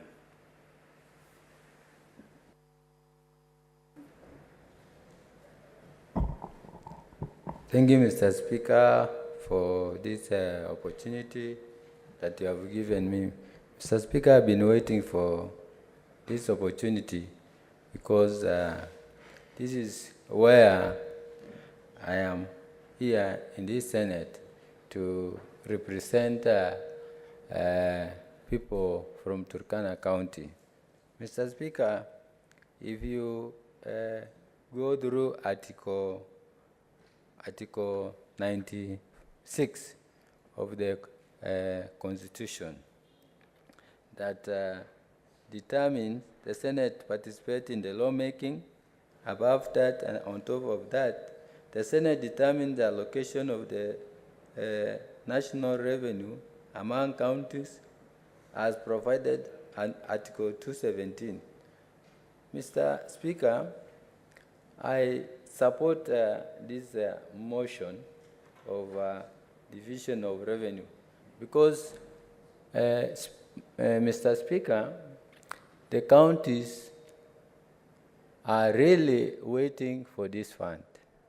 And most of the counties, especially those from the northern part of Kenya, they are really stranded, wandering, because they get pressure. So if these funds will be allocated to these counties, we are exactly be sure that, Mr. Speaker, they will perform their functions well. Mr. Speaker, the reason why this division of revenue is very important. Mr. Speaker, you see, for these counties to function well, to perform their function that are meant to play, they need funds. And Mr. Speaker, just to set an example where certain counties, when the national revenue is being collected and distributed, you find there are issues of uncertainties. Like now, Mr. Speaker, you see areas like Turkana County, areas like Marisabit, maybe I can say marginalized counties, Mr. Speaker. You realize the issue of drought is uncertainty. It is throughout the year. The issue of disasters, the issue of hunger, the issue of famine is throughout the year. And you find that the fund that is allocated to these counties, they use all this fund for disasters, for providing the relief food, providing for bursaries, providing for all these issues that are emerging. Mr. Speaker, so when the revenue, CRA, having the criteria, they forget some of these emerging issues of disasters. So, Mr. Speaker, I urge the CRA and the Senate to consider issues that are emerging, issues that are so emergent in these counties, so that when they consider, they should consider to allocate funds that will specify to deal the issues of disasters, the issues of emergency. Mr. Speaker, there is also an issue that is always forgotten, and I've been also waiting for chairman of the National Security and the Interior. Mr. Speaker, if you realize very well, these counties, most of these counties are insecurity-prone areas. Every time, Mr. Speaker, you find raids happen most of the time. Even I can say, in a week, 4 raids happened in these counties. And I should become specific, Mr. Speaker, because I represent a county. When a raid happens, Mr. Speaker, the definition of a raid that people lost life. I mean, raiders kill people of that county or for the bomber. The other thing, Mr. Speaker, what they do, they take the property, livestock, I mean. And this livestock, when you see, Mr. Speaker, someone has read livestock, maybe camel, cows, or goats, for 80 years. And you find 80 years, these animals are just raided for one hour, 30 minutes. And this person is reduced to 0. From 100 camels, what one camel is worthy to 100 thousands, Mr. Speaker. So when you have taken 80 years to rear that camels, to bring these camels to survival, but you find you are raided. What happens now? This person is reduced to nothing, and when it is reduced to nothing, the poverty increases in these counties. And what happens? They only depend on the relief, and this relief, Mr. Speaker, the relief is not available. When you find that the relief is the National Disaster Management is supposed to provide relief, it is not there. These families that are affected do not receive the relief, and even the relief that are expected to come from the provincial administration, it takes logistical problems to reach there, and it cannot even 1 kilograms of maize or whatever. It doesn't reach, Mr. Speaker. So these insecurity issues are a big challenge to these counties. So when the county is addressing and making the budget, they forget some of these issues. They forget, and then once they have ended the budget, they find that, Mr. Speaker, they say, oh, okay, we forgot the issue of the budget, the insecurity. The other issue, these areas are vast. Turkana County is 77,000 kilometers square. You can imagine 77,000 kilometers square, which is over, maybe I can equate to maybe three counties. So 3 counties, and then you equalize with one with the county, surely it beats logic. So the vastness of this area is exhibited by services that are offered there.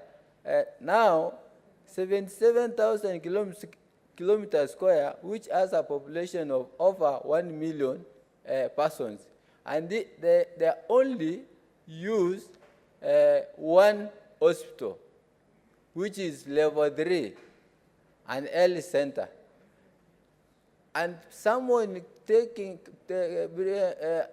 someone who is sick from Kibich, traveling all the way to Lodwar, and then is not ill from Lodwar. He traveled again from Lodwar to Eldoret, seeking for services, health services, Speaker.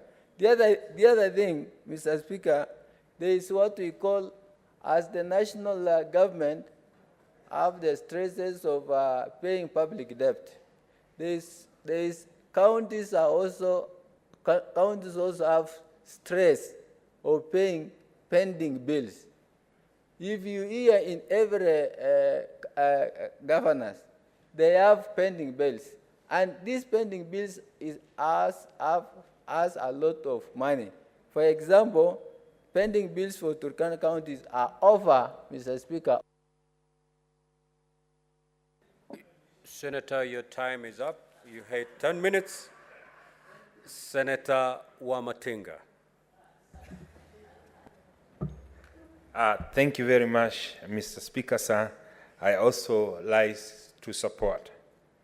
Mr. Speaker, sir, we know that the county governments formed one of the political units at the grassroots level.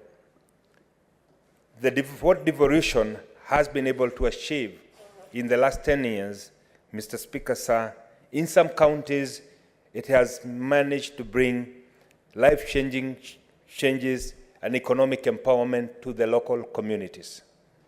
Mr. Speaker, sir, in absence of misappropriation and mismanagement of the funds allocated to the county governments, Kenya would be quite far in terms of community development. It is also, Mr. Speaker, sir, something that we should note with a lot of concern that there are very, very many resources, and I think Senator for Turkana has alluded to that are shared between counties. Hospitals, for example, where I come from in Nyeri County, we had the biggest provincial hospital that still continues to serve a number of counties in the Mount Kenya region. But when it comes to the allocation of resources, it is left on the shoulders of Nyeri County to carry and to pocket all the cost that goes with it. Moving forward, Mr. Speaker, sir, I think it will be important for this House to start looking at those services that are shared between counties and come up with a formula how they'll ensure that when we are allocating funds, resources, revenue to the county government, that is taken into consideration. Because what it ends up doing, Mr. Speaker, is overstretching the resources of one county, while the others enjoy the services, but they do not pay for the same. It is also very, very important, Mr. Speaker, sir, for this House moving forward to start looking at possibilities how we can enact and bring into place legislative framework that will support the county governments to be able to raise their own source revenue. I do remember, Mr. Speaker, sir, when I was living and working in Europe, there was, specifically in Germany, there was in every employee's tax deduction what they used to call Gemeindesteuer. That is a tax that was deducted from every employee working in a particular area, and that money was allocated to that particular area where you work in, because the rationale behind it is that you enjoy the services, infrastructure, and other services that are provided by that particular region. Maybe it is something that we should borrow from, because we see some counties, despite receiving billions of money the last 10 years, we cannot still see the impact of the same. Why? We know, like the National Library, which is a devolved function, some counties do not have that service at all. And it would not be easy for a county to start that service on its own unless we come with a plan how that can be done so that we'll bring all counties almost at the same level. Mr. Speaker, sir, it is also very, very important as we are discussing the revenue allocation bill in this House that we also become very, very honest with ourselves. The issue of the pending bill is one of the elephants in the House. Some of them, especially in counties that have changed governors a couple of times, we find that the successful governments do not want to pay the bills left behind by their predecessors. Of course, the law allows or states that pending bills must be the first charge, but we must get away and a means of enforcing that as Senate so that the entrepreneurs who provide services to the county government are not forced to carry the burden. Equally, Mr. Speaker, sir, as we were having this debate, I noted with a lot of concern that, without wanting to point any side of the House, that some of our colleagues would stand up and say, we need to add this and that. Mr. Speaker, sir, I believe it is the effectiveness of how that money is spent. We know the previous regime did give money in the budget that was eventually not disbursed because failure to collect enough revenue, the savings were always met by refusing to disburse money to the county government. However, since we have a Kenya Kwanza government that is committed to ensuring that devolution works, it is the commitment of no less a person than His Excellency, the President, William Samoei Ruto, that the devolved units must be given the power, the means, and most importantly, the framework to be able to achieve and realize their vision.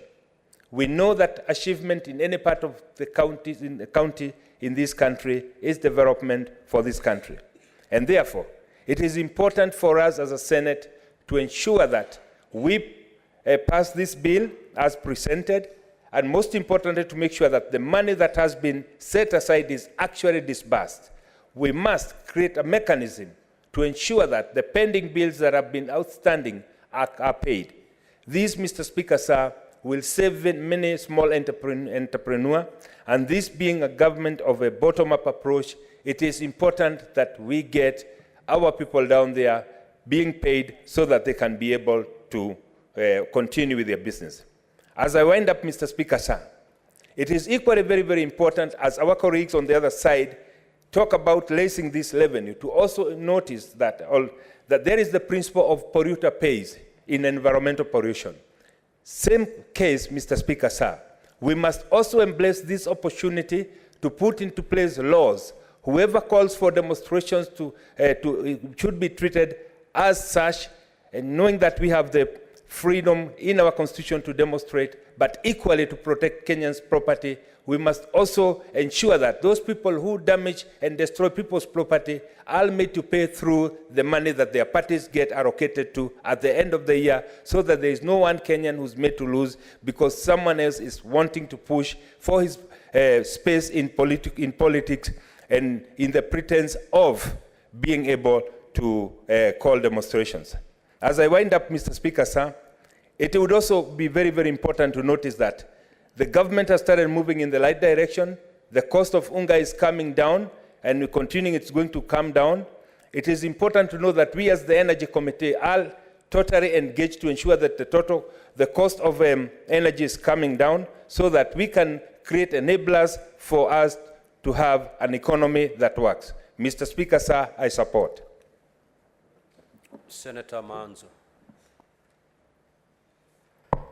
Thank you, Mr. Speaker. Mr. Speaker, I arise to oppose the Division of Revenue Bill this year. Mr. Speaker, we are here for devolution, and the Division of Revenue Bill is the heartbeat of devolution, and devolution is in the Constitution. It is very unfair, Mr. Speaker, to have counties elect governors, they have their own governments, and they are totally unable to function. For the national government has not yet sent the money on the ground, and even when we pass this Division of Revenue Bill, it is still, the money still don't find their way on ground. And unfortunately, for quite a number of counties, the expectation of the people has not been met, mainly for delays in funding, and such that even the absorption of the revenue which gets there has a problem because of the time factors. If the money is released too late in the day, by the time any meaningful project is done, you find that time has elapsed and it is abandoned. And therefore, we need to come up with a system such that no matter how little the money, which now for now should be 15% by the Constitution, then it must remain 15% and not less. And that's why a Commission of Revenue Authority, the authority put it at 407 billion. It means the government should have made every effort to make sure that they are 407 billion or thereabout, such that if there is a less, it's -1 or +1. And therefore, there's no justification at all, and it is required under Article 218 that there must be justification of the variation, so that we do not continue stifling devolution and the counties. It is very difficult for a governor to sit in a county. He's unable to pay doctors, he's unable to do any development, year goes, year in, out, and the governor finds himself even in a very difficult position politically, because you have to deliver the promises you made to the people and the expectation of the people. So the monies have been reduced without justification. And for that particular reason alone, then this bill fails. It must be reconsidered again. Government must make an effort and make sure that this is met. We may say that we are paying debts. We may say that we are not raising enough revenue. But I can assure Kenyans that Kenya has a lot of money and a lot of sources of money. It's only that they have been mismanaged. We have a lot of cartels in a lot of government sections whereby a lot of money is lost. And it is estimated that through cartels and people well connected to the system who do contracts and other things which they never even perform to expectation and eventually end up being paid monies, we are losing close to 2 billion shillings on corruption.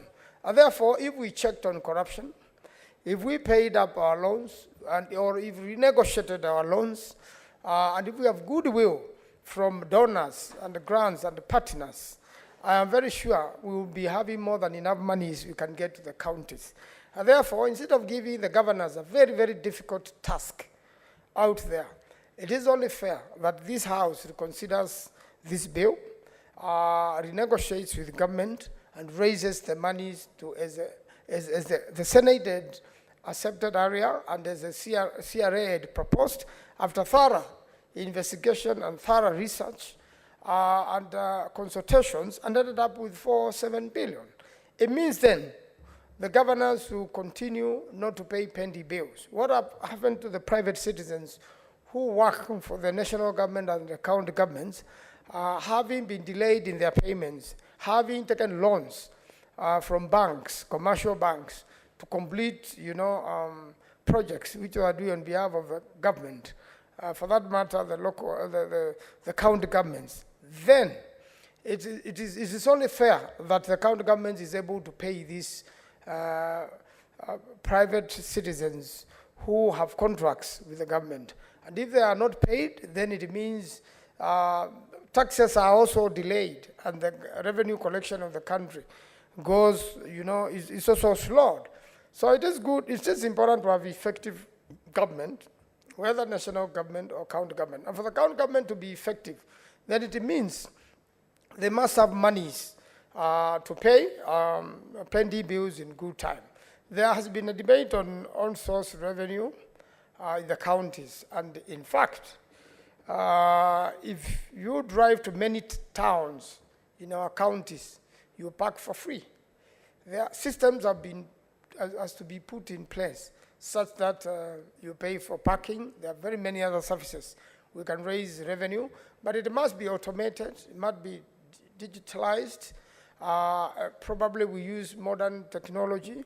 We use M-Pesa for making payments. The land rates, counties own a lot of land where people have plots. If all these revenues are collected, I'm sure counties will meet their expectation. But for them also to be able to put these systems in place, we must fund them, under the Division of Revenue Bill, so that the governors can be able to reorganize themselves to make these investments and make sure that they improve on source collection.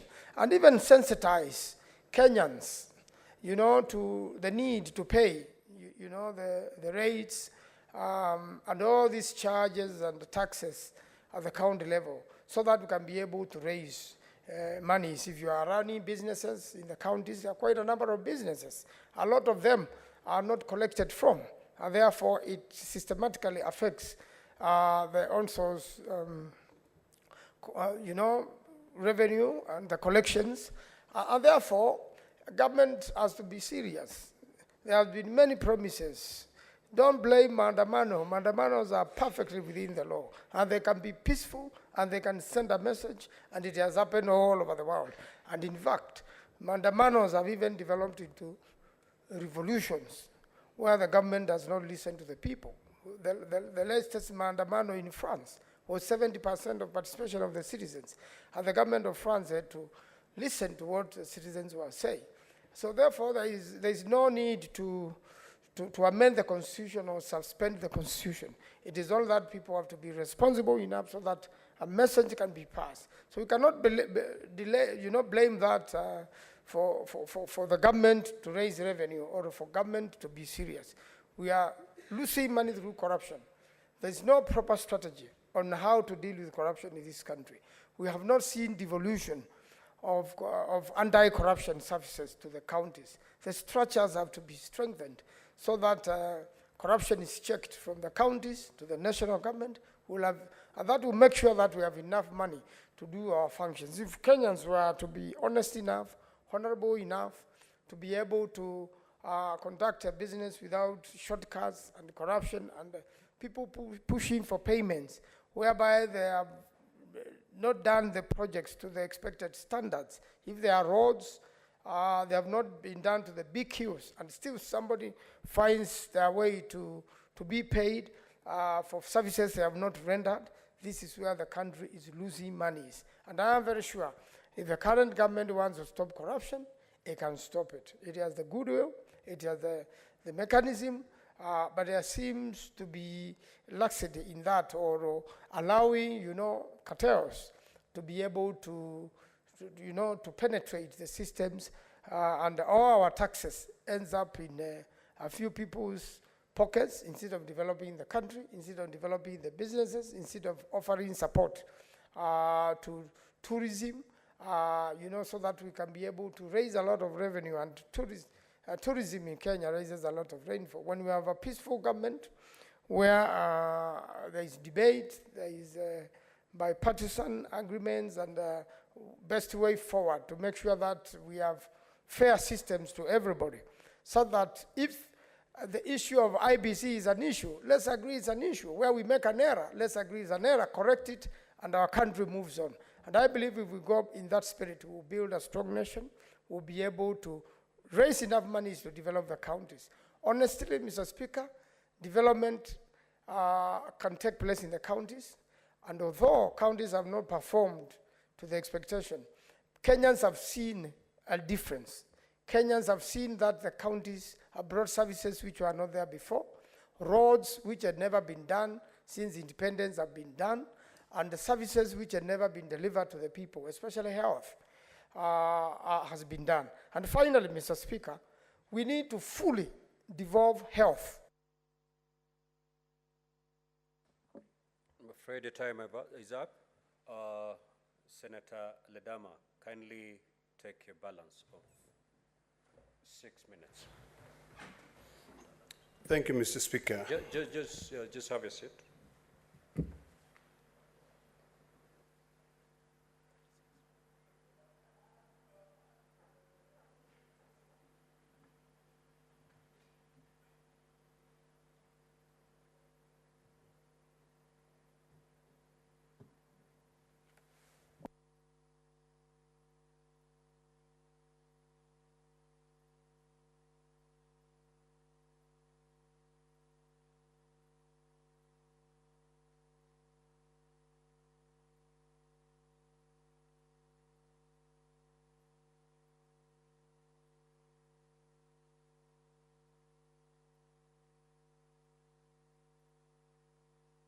Proceed, Senator. Thank you, Mr. Speaker. Mr. Speaker, I apologize for being late. The 6 minutes which were left for me are very, very important, because yesterday, when I stood on the floor of this House, I said that I rise to support the report of the Budget Committee on the Division of Revenue Bill. Today, Mr. Speaker, I want to proceed with the same line of thoughts and convince my colleagues on the importance of debate. Debate, Mr. Speaker, I define it as a terminology used in Parliament for or against any single position. We find ourselves, Mr. Speaker, at a point where we're in this House to be able to defend devolution. In this country, Mr. Speaker, there's a lot of misconception that the president is the one who allocates money to county governments. Mr. Speaker, I want to convince my colleagues that it is not the president who sent money to the county government, it is us. And we've got the rule of law, which we are supposed to abide by when it comes to the issues of division of revenue. Mr. Speaker, the framers of the Constitution of Kenya saw it fit to have 3 arms of government: the executive, the legislative arm of government, and the judiciary. the legislative arm of government is the one that has got the power of the purse, the power of the money. Today, we are here, Mr. Speaker, fighting for our counties to be able to get money. The framers of the Constitution, Mr. Speaker, saw it fit to set up an independent body called the Commission of Revenue Allocation to be able to advise. And if you read Article 218, Mr. Speaker, it says very clearly that when it comes to division of revenue, if Parliament will see it to deviate from the recommendation of the Commission of Revenue, they have to follow with a memoranda that explain clearly why they are deviating. The Commission of Revenue Allocation saw it fit. And I remember, Mr. Speaker, and when I look at the Senate today, the only person who was in the Senate then, from the other side, is a distinguished senator from Nandi, Senator Cherargei. When we sat here and we debated on a formula to send money to counties. And at that point, we came up with a bare minimum of 370 billion. But Treasury became very clever. For them to be able to get to agree after 11 sittings of debate, they bundled up the money which is supposed to go to counties as conditional grants. But the other arm of government, the judiciary, actually unbundled it. And that is why we ended up coming up with a new act of parliament called Additional Allocation Revenues to Counties. Now here we are, Mr. Speaker, and this is why it is very, very important for us to make sure that we defend our counties. KRA has presented to this august house that they have not had a problem in meeting their targets. In fact, they have surpassed their target. During an election year, Mr. Speaker, KRA surpassed their target by 100 billion. Their projection currently is that they'll surpass their budget with a net of 380 billion. Yes, we are a country that has got debt. We have a lot of debt. Every child who is born, Mr. Speaker, today owes this country about maybe 150,000 Kenya shillings. But the question is, when we are deviating from the recommendation of the CRA, what are the parameters that we are supposed to look at? Are we supposed to say, okay, let's deny county money. We are denying the money because, based on the division of revenue, and I want to invite my colleagues to look at the bill as it came from the National Assembly. The division of revenue bill, as it came from National Assembly, following the requirements by Article 218, the memorandum said that they are deviating because money has been sent to the Hustler Fund. Now, I want distinguished men and women of this august house for us to ask ourselves. And this is a challenge that I'm now challenging the KK administration. Your priorities are health. Your priorities are agriculture. Those two are devolved functions. Why are you adding 45 billion to health and keeping the money in the national government and then sending the money to the county government? Your time is off. Your time is off. I think we agreed at 10 minutes, and we'll stick to the. It's 10 minutes per speaker, Senator. Kindly abide. Senator Cheptumo.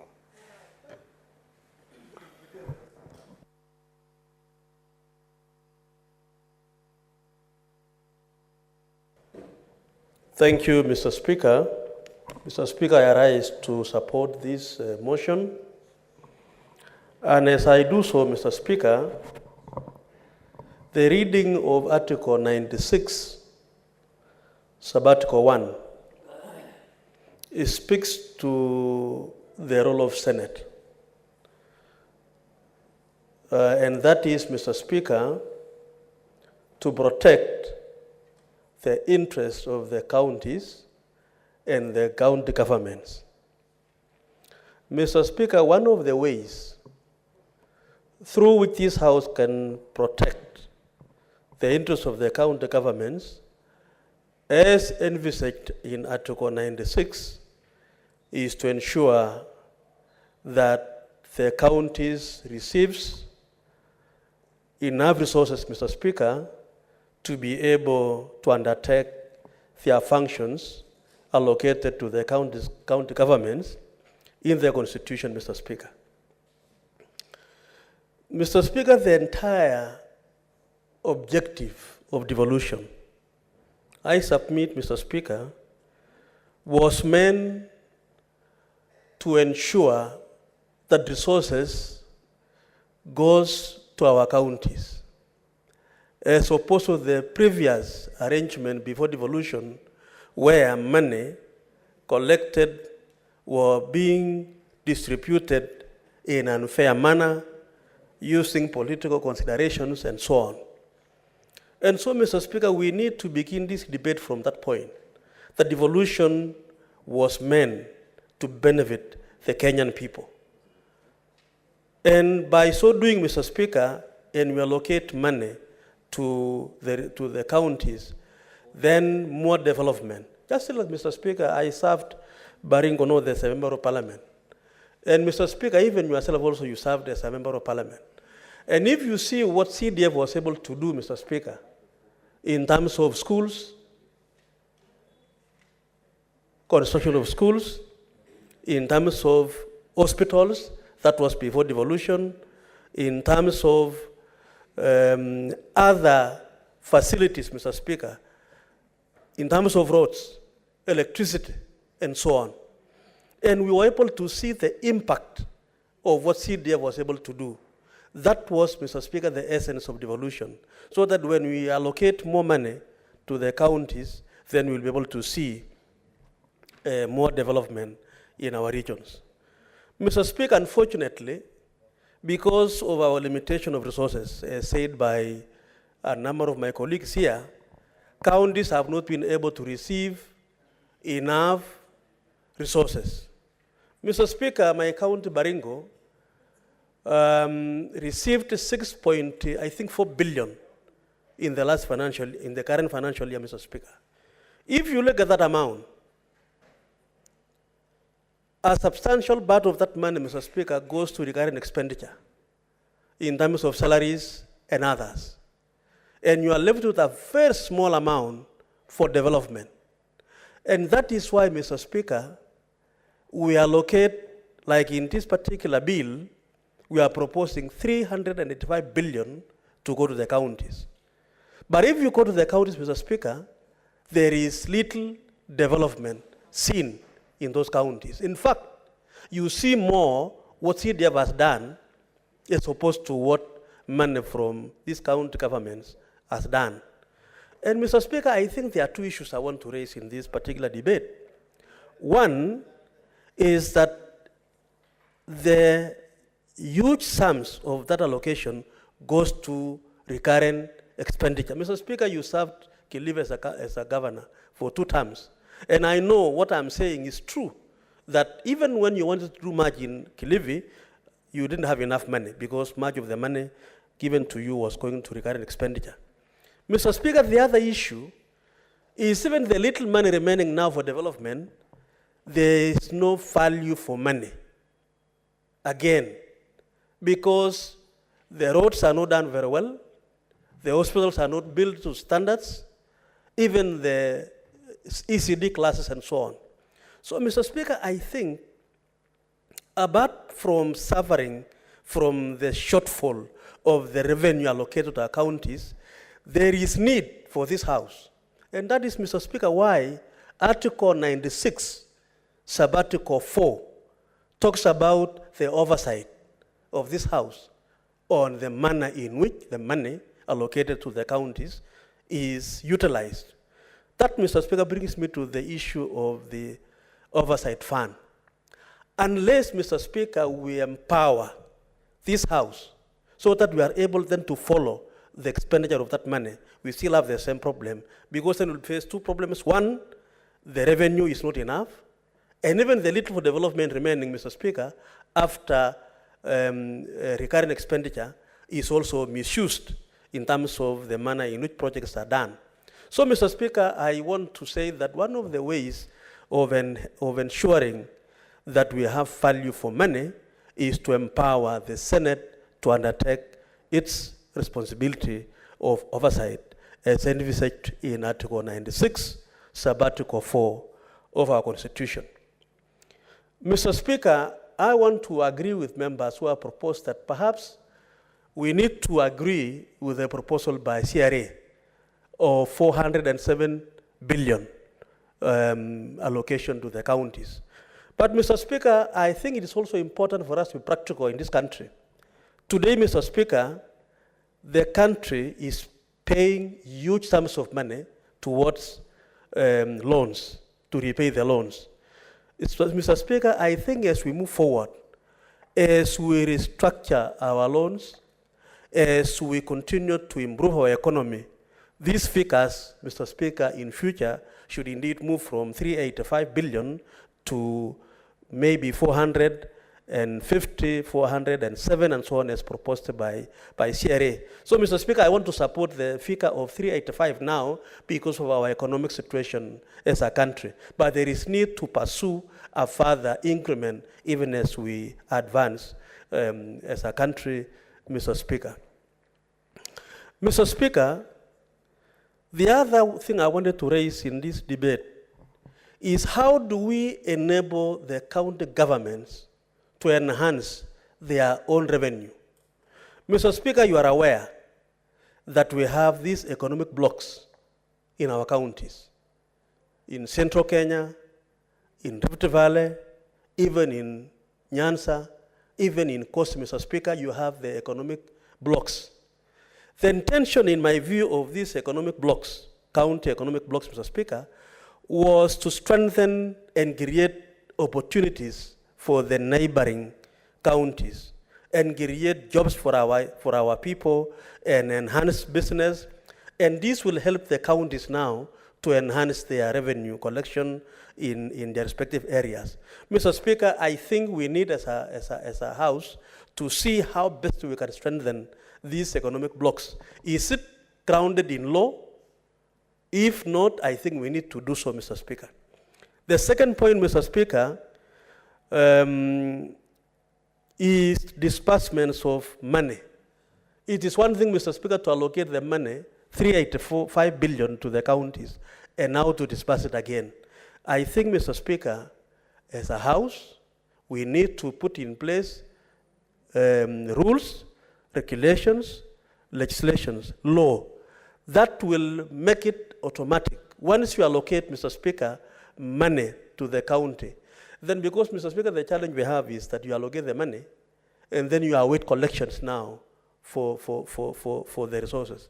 And I also want to believe that even after receiving the resources, there is no willingness by the national government to quickly avail funds to the county. So it's an area, Mr. Speaker, I think we need to also look into, so that we have a clear mandatory position of remittance of the allocations to the counties. Mr. Speaker, I heard my colleague, Honorable Manso, talking about when we do mandamano, we collect more money. I think, Mr. Speaker, that is really shocking to me, because when we go through the mandamano business, Mr. Speaker, it hurts business. Direct investment by investors from abroad, Mr. Speaker, will be discouraged. Even the local businessmen will not be able to really do their business, Mr. Speaker. And we even learned recently during the mandamanos, we lost a lot of revenue in terms of people not working. The Honorable Senator Kamar.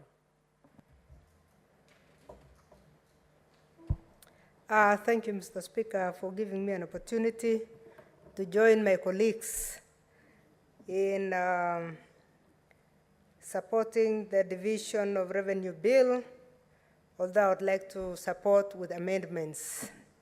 Amendments, Mr. Speaker, to support our own internal committee, the Committee of Senate, that stuck with the recommendation from CRA. And I want from the onset to say, Mr. Speaker, requesting for amendments will only take us to a very good mediation between this House and the other House. And it's very, very enriching to do that, Mr. Speaker, because it is at that point that we see there are two sides. I want to thank our committee because they worked very hard, they were able to calculate, and they were able to understand. Mr. Speaker, in the last Senate, I was involved in mediation only once, but CRA is a committee that was able to rationalize the duties and functions of county governments in relation to the national government. And in most of their recommendations, they were able to take us through.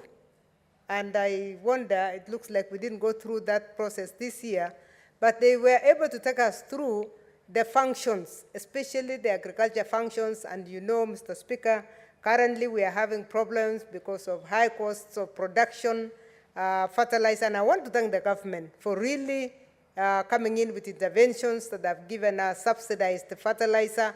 I come from a grain growing area, and that has helped us quite a bit. But we also need to look at for long-lasting solutions. And the long-lasting solutions is to enable the devolved governments to do what they were supposed to do. Because the devolved government, Mr. Speaker, has areas that have been assigned in the Constitution in Schedule 4. And according to Schedule 4, agriculture is 100% devolved except for policy. Health is 100% devolved except for policy. The reason I think if we allow our committee to have a mediation season, it will yield fruits, is the fact that there is one very nice indication that has been proposed in this division of revenue bill on the transfer of library services. It may be time for us to transfer even some of the activities in the Ministry of Agriculture and some of the activities in the Ministry of Health. It might not require real new money. We may actually be able to transfer money that is already resident in the ministries and just relocate. So an amendment to support our committee would have really helped in the mediation stage to be able to look at the areas that need to be moved. It will not affect any other functioning of the national government. It will only require that we relocate and allow funding to flow. Because currently, Mr. Speaker, you look at the budget that has been given the Ministry of Agriculture, and the 7% of what has been allocated to the counties, and the national ministries are still holding more money than the money that goes to the counties as far as those areas are concerned. When we listened to CRA in the last Senate, the CRA was able to tell us the percentages that have been approved in the Malabo agreements, in the Abuja agreements, percentages that should be going to health, percentages that should be going to education, percentages that should be going to agriculture. If we used those as our standards, because we are actually obliged to do it because we have signed these agreements, you will find that some of the areas where the county governments are suffering is just because of the non-transfer of the functions that have been given to them. So I was very happy to see that the library services are being transferred, and I would really urge that through our committee, we get more transfer of activities. What is it that is being held by the Ministry of Agriculture that should be going down? Let us analyze those and transfer them. And this is the point to transfer. It is when we are dealing with the division of revenue, because you transfer the function and the function is followed by the money, and that money will go up automatically without looking for new money. Same thing when it comes to the Ministry of Health. Ministry of Health is devolved, but we still see a huge budget that is in the Ministry of Health headquarters. Why should we not facilitate. Our doctors are suffering. Doctors are now up in arms that they will be on strike in a few days. And you ask yourself, why should that be? Why don't we start looking at what functions were transferred, what functions were not transferred, so that we use them to move? So to me, Mr. Speaker, CRA was right to give us. The other reason I believe that that 7 billion increment from CRA makes a lot of sense is the fact that when you look at the revenue itself, the revenue has increased by more than 15%. All they are asking for is the increment of the counties to be at 10%. That 10% is at 7 out of the 370 billion that is currently on. So that percentage is still below the increment in the revenue that is being collected. So it makes a lot of sense to actually give that figure of that 7 that will give us 407. Mr. Speaker, I wind up by saying it is so important that we allow the committee of this House to have a healthy discussion with the other committee through a mediation, nothing acrimonious, just to discuss and see what needs to be transferred and which money needs to be spent from which arm, from which corner, or from which level of government. Because it is just a matter of movement of that fund. If we allow the movement of functions and the funding to follow the functions, we will not have to do anything more, and we will not even touch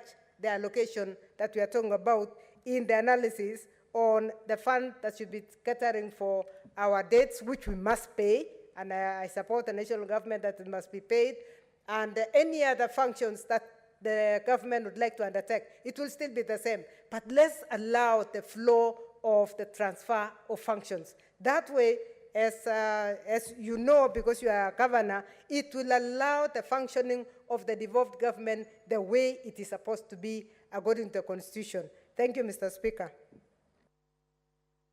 Senator Veronica.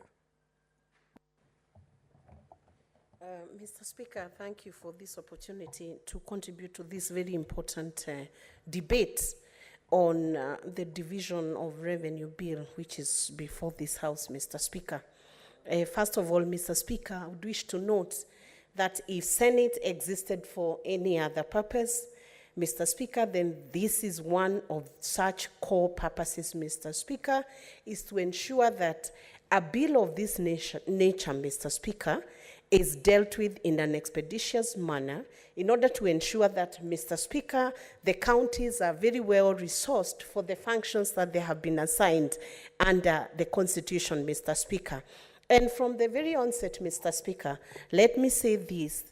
While there is need to engage in robust debating of a bill of this nature, yet, Mr. Speaker, we must also understand that the process that is being done by Senate right now must be done in such a manner as to ensure that, Mr. Speaker, it is dealt with in an expeditious manner without unnecessary bottlenecks, Mr. Speaker, due regard being had to the fact that the allocation of these resources, Mr. Speaker, are needed to ensure that counties are functional and that there is sensitivity in our operations to the needs of the people of Kenya. And, Mr. Speaker, that such can be dispensed with so that the resources that need to go to the counties are not unduly held. Because, Mr. Speaker, a long delay in dealing with such business, Mr. Speaker, at Senate would necessarily mean that there is a delay in the functions being resourced or being supported, Mr. Speaker. I want to draw, Mr. Speaker, your attention to Section 5E of the Division of the Revenue Bill 2023, the fact that national government continues to sorely bear shortfalls in revenue in any given financial year, while county governments receive their full allocation despite the budget cuts affecting the national government entities. Mr. Speaker, this provision, having been pronounced in this bill, clearly shows the spirit with which the national government has been dealing with county government insofar as allocation of resources are concerned, Mr. Speaker. It shows that the national government has gone out of its way to ensure that county governments receive the resources that are due to them in spite of the serious budget cuts that have been done affecting the entities and the functions of the national government, Mr. Speaker. Does that portend good faith or bad faith? Mr. Speaker, in my very humble proposal, it shows very good faith from the national government insofar as allocating resources to county government is concerned, Mr. Speaker. I also want to draw our colleagues to the principles set out under Article 203, Mr. Speaker, that have been put into serious consideration before this bill was drawn, Mr. Speaker. Out of those stipulations, Mr. Speaker, you will find there are considerations of national interest, Mr. Speaker, what must be provided for the public debt also, Mr. Speaker. I think it is now common knowledge that our national government is ridden with debt, Mr. Speaker. This bill has ensured that there is provision for that debt, Mr. Speaker. Indeed, Mr. Speaker, if you look at how the surplus of a budget is supposed to be managed in the event that national government managed to get a surplus of revenue, then, Mr. Speaker, you will find that that surplus has been assigned directly to handle debt. Why, Mr. Speaker? Because when a country is ridden with debt, it continues to be a very big risk to the operations of that nation. And that is why it's important, Mr. Speaker, that the Constitution has also provided that any surplus must then be tackled or applied towards reducing the debt. But if we look at the current Division of Revenue Bill, Mr. Speaker, there are two things that one must consider. Does it meet the constitutional stipulations, Mr. Speaker? I would say yes. And I would draw your attention to Section 6 of the Division of Revenue Bill. The calculations of the equitable share that is supposed to be allocated for year 2023 to 2024 is based on the last audited account of 2019-2020. That is 1.673715 trillion, Mr. Speaker. This is the last audited account and approved by National Assembly, Mr. Speaker. So the reference to that specific audited account of 2019 to 2020 is in good order, Mr. Speaker, and is the one that is constitutionally allowed. If you look, Mr. Speaker, also at Article 203, sub-article 2, Mr. Speaker, it also stipulates that the allocation cannot be less than 15%. If you look at the current allocation of 385 billion, Mr. Speaker, this allocation stands at 23.5, Mr. Speaker, which is approximately 9.5% above the stipulated constitutional provision, Mr. Speaker. So in my view, Mr. Speaker, this allocation of budget is practical, it is reasonable, it meets the legal stipulation, Mr. Speaker, and nothing should hold it away from being voted in. And I would take this opportunity to persuade my colleagues on the other side, Mr. Speaker, to consider this to be a good bill and to pass it just the way the National Assembly passed it, to pass it, Mr. Speaker, and accept this allocation of 385 billion because it will give an opportunity to Kenyans to live within their own means, Mr. Speaker. There is a way we could say that allocation be done beyond 385, and then the funds are not available for disbursement to the counties, Mr. Speaker. For the last few months, everybody is crying, begging the Minister for Finance to release funds to the county, Mr. Speaker.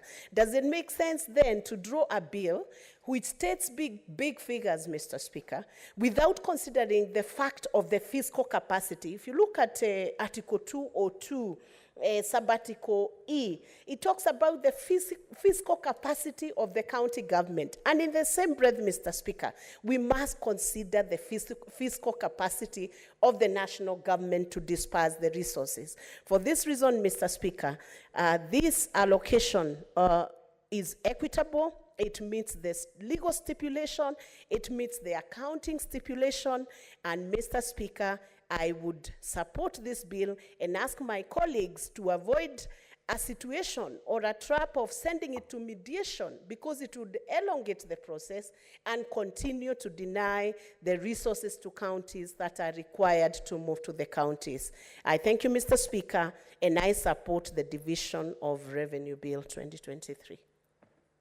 Senator Gataya.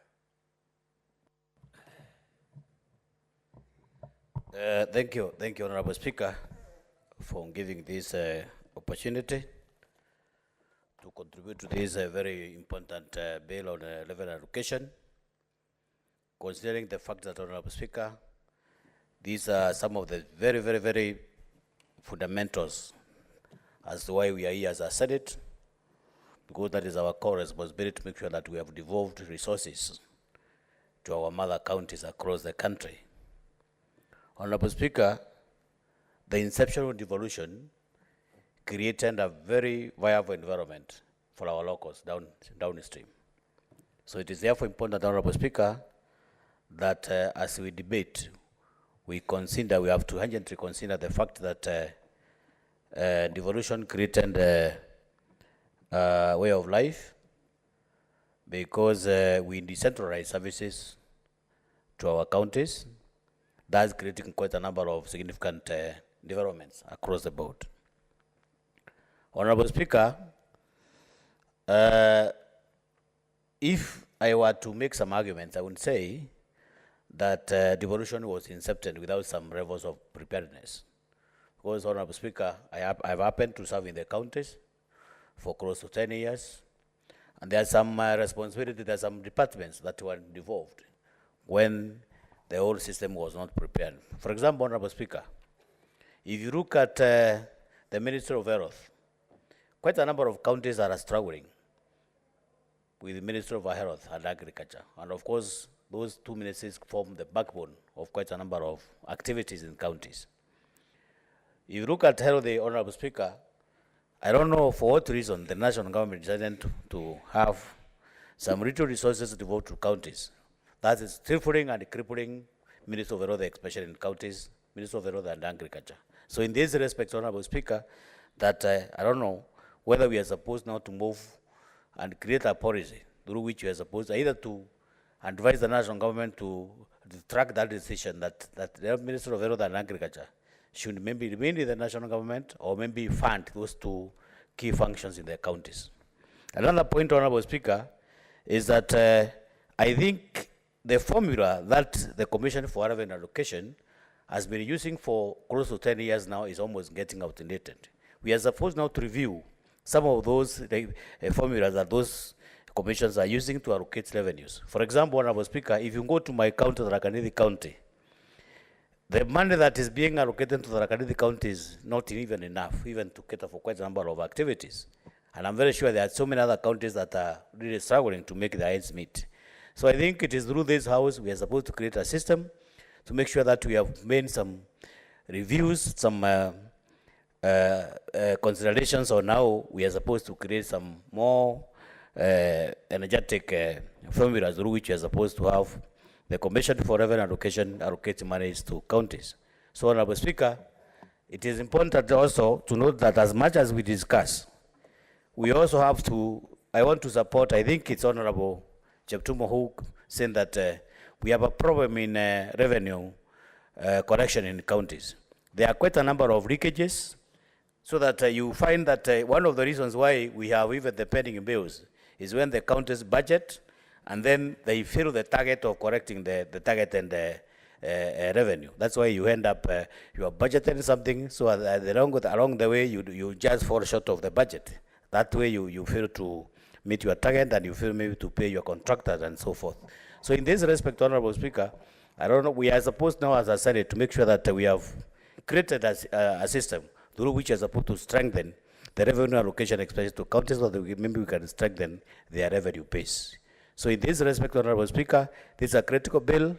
As a Senate, we are supposed to make sure that we have moved with a lot of speed. Like in Honorable Speaker, there is a lot of cry downstream in the counties where the information is that we have almost like 5 months since the counties have received their allocation. So you can imagine 5 months down the line, people have not been paid, no salaries, no development, no anything, and there are quite a number of pending bills in those counties. So in this respect, Honorable Speaker, I beg strongly to support the bill, and so that we can make sure that our counties realize the allocation that is intended for. Thank you. Senator Karungo.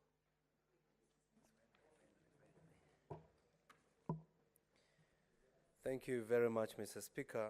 As I rise to support the Division of Revenue Bill 2023. Mr. Speaker, as I support, I would want you to imagine if you had two uncles whom you know very well are struggling financially. And one of them on your birthday tells you that I'll give you 500,000 shillings. And another one will tell you, I'll give you $1 million, but you have to wait for about 6 months. So, Mr. Speaker, with your wisdom, you know they're struggling financially. And the one who is giving you 500,000 has the cash with him. Would you take the 500,000, or will you wait for the $1 million that you'll be given in a couple of months to come? Mr. Speaker, I believe you would take the available amount because you can see it, and for sure you do know it is available. I want to equate this government as a government of that uncle who has the money and knows how much he has and how much he wants to share. Mr. Speaker, counties have been given money through letters, through previous division of revenue bills, and these monies have not been dispersed in counties because they have been given certain amounts. They are told we'll give you this kind of millions, but they are rarely dispersed to the counties, even until the end of financial years. Mr. Speaker, to cure this, the current administration has come up with measures to make sure that they can only provide what is within the law and what is viable and what is available, Mr. Speaker. Mr. Speaker, I believe this division of revenue bill, despite the counties not getting what they were proposing, at least they have got a big amount of share that is going to be remitted to them once we hit the revenue, national revenue. Mr. Speaker, 385 million to all counties will be divided equally to all counties, Mr. Speaker. Mr. Speaker, it's also good to note, out of these monies, the national government has unbundled one of the counties' function, which is the library services, Mr. Speaker. Mr. Speaker, the library services that is under the Kenya National Library Services has been collecting at about 425 million Kenya shillings every year.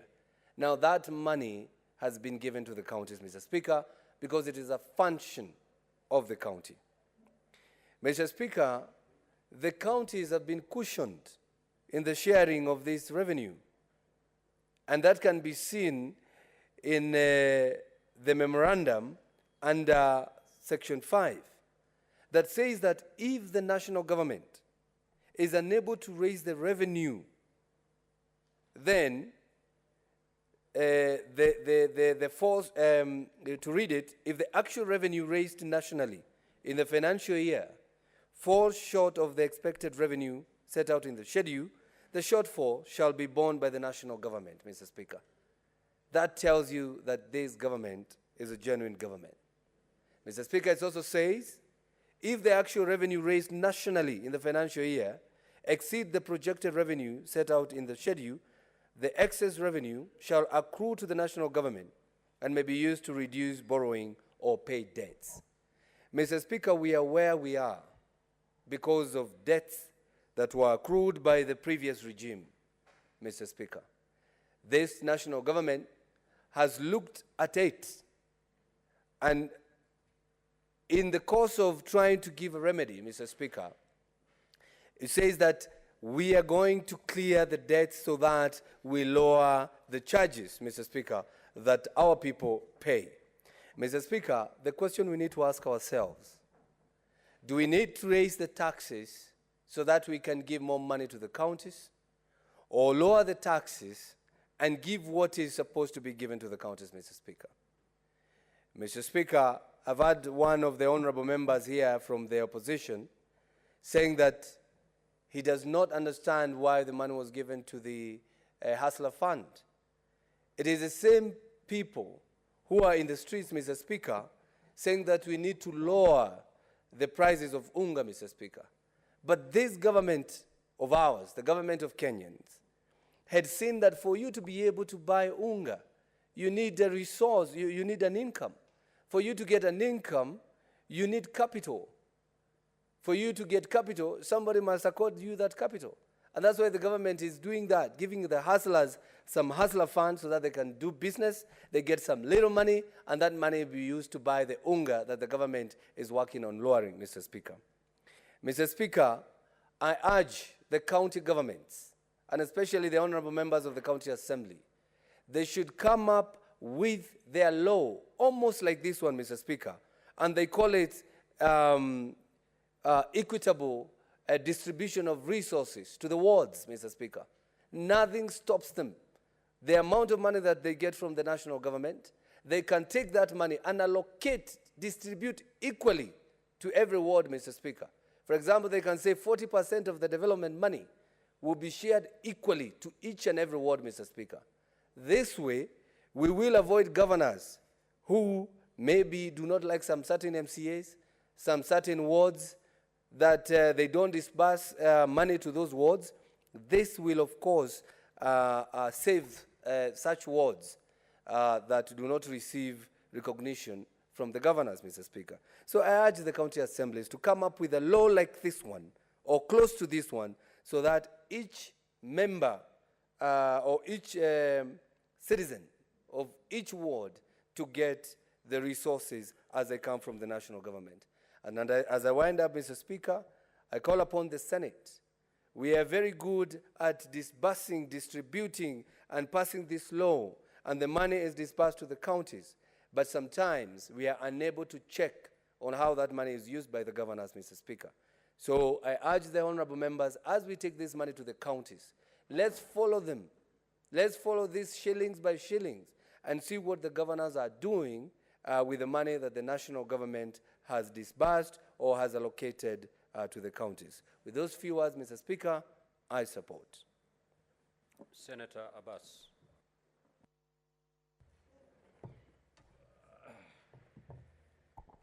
Thank you, Honorable Speaker.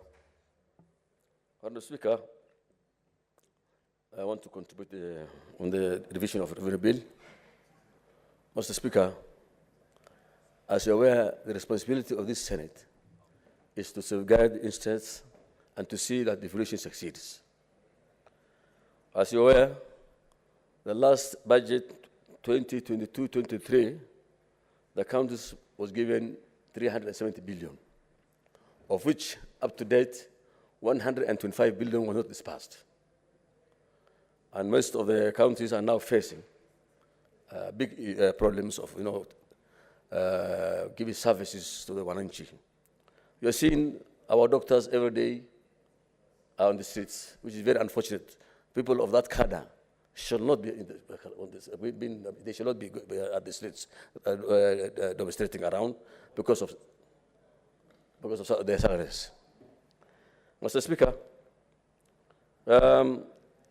one other thing is, if you look at the national government, most of the functions of Ministry of Health has been abandoned and taken to counties. The Ministry of Agriculture equally, the functions have been abandoned and taken to the counties. While the counties are now crying for only 22 billion difference. The 385 proposed here and what was proposed by CRA is a difference of only 22 billion. At the same time, the national government has increased the budget for water. They have increased the budget for health. This has been increased the budget for agriculture. And these functions, most of them have been taken to the counties. It has not been abandoned, and it has not been, money has not followed. Mr. Speaker, I think that has not been very fair. Despite, we understand the situation of the country economically, but however, if only the monies for the counties are released in time, I think they will be able to manage the situations on the ground. One of the problems is actually, Mr. Speaker, due to lack of proper oversight, there is a lot of corruption ongoing in the counties. And I think we're losing a lot of revenues through the county, through corruption and the seepages. And I think this Senate must put in action and go and work hard to see that the monies in the councils are saved. If that money is saved, and that we are able to control the budget, the corruption, then I think we'll know the counties will be able to meet its mandate, it is not able to meet its functions. But however, I think what the percent of money that is lost through seepage of corruption, it's more than what they are requesting for.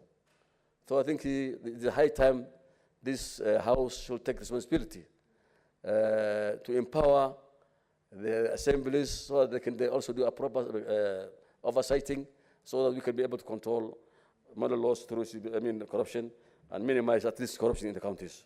One other thing, Mr. Speaker,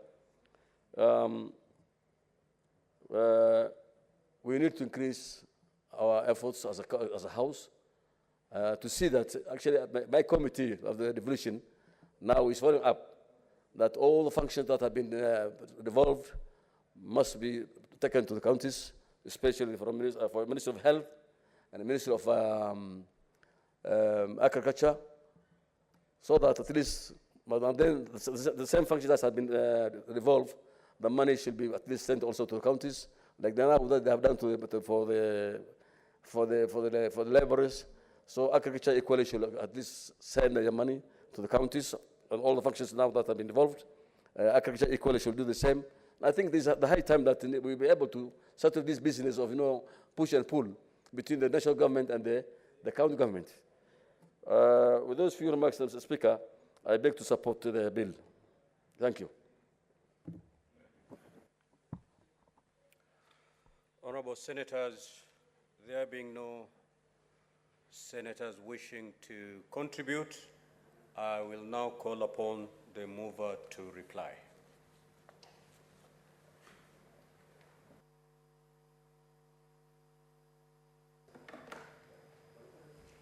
Thank you, Mr. Speaker. I want to thank all the senators that have taken time to give their input and feedback on Division of Revenue 2023-2024. Mr. Speaker, like I said during the moving of the bill, this is perhaps one of the most important assignments that as a senator you get to undertake in this House, where you sit down, discuss with your colleagues, and agree on the vertical distribution of resources between both levels of governments, Mr. Speaker, between the national and the county governments.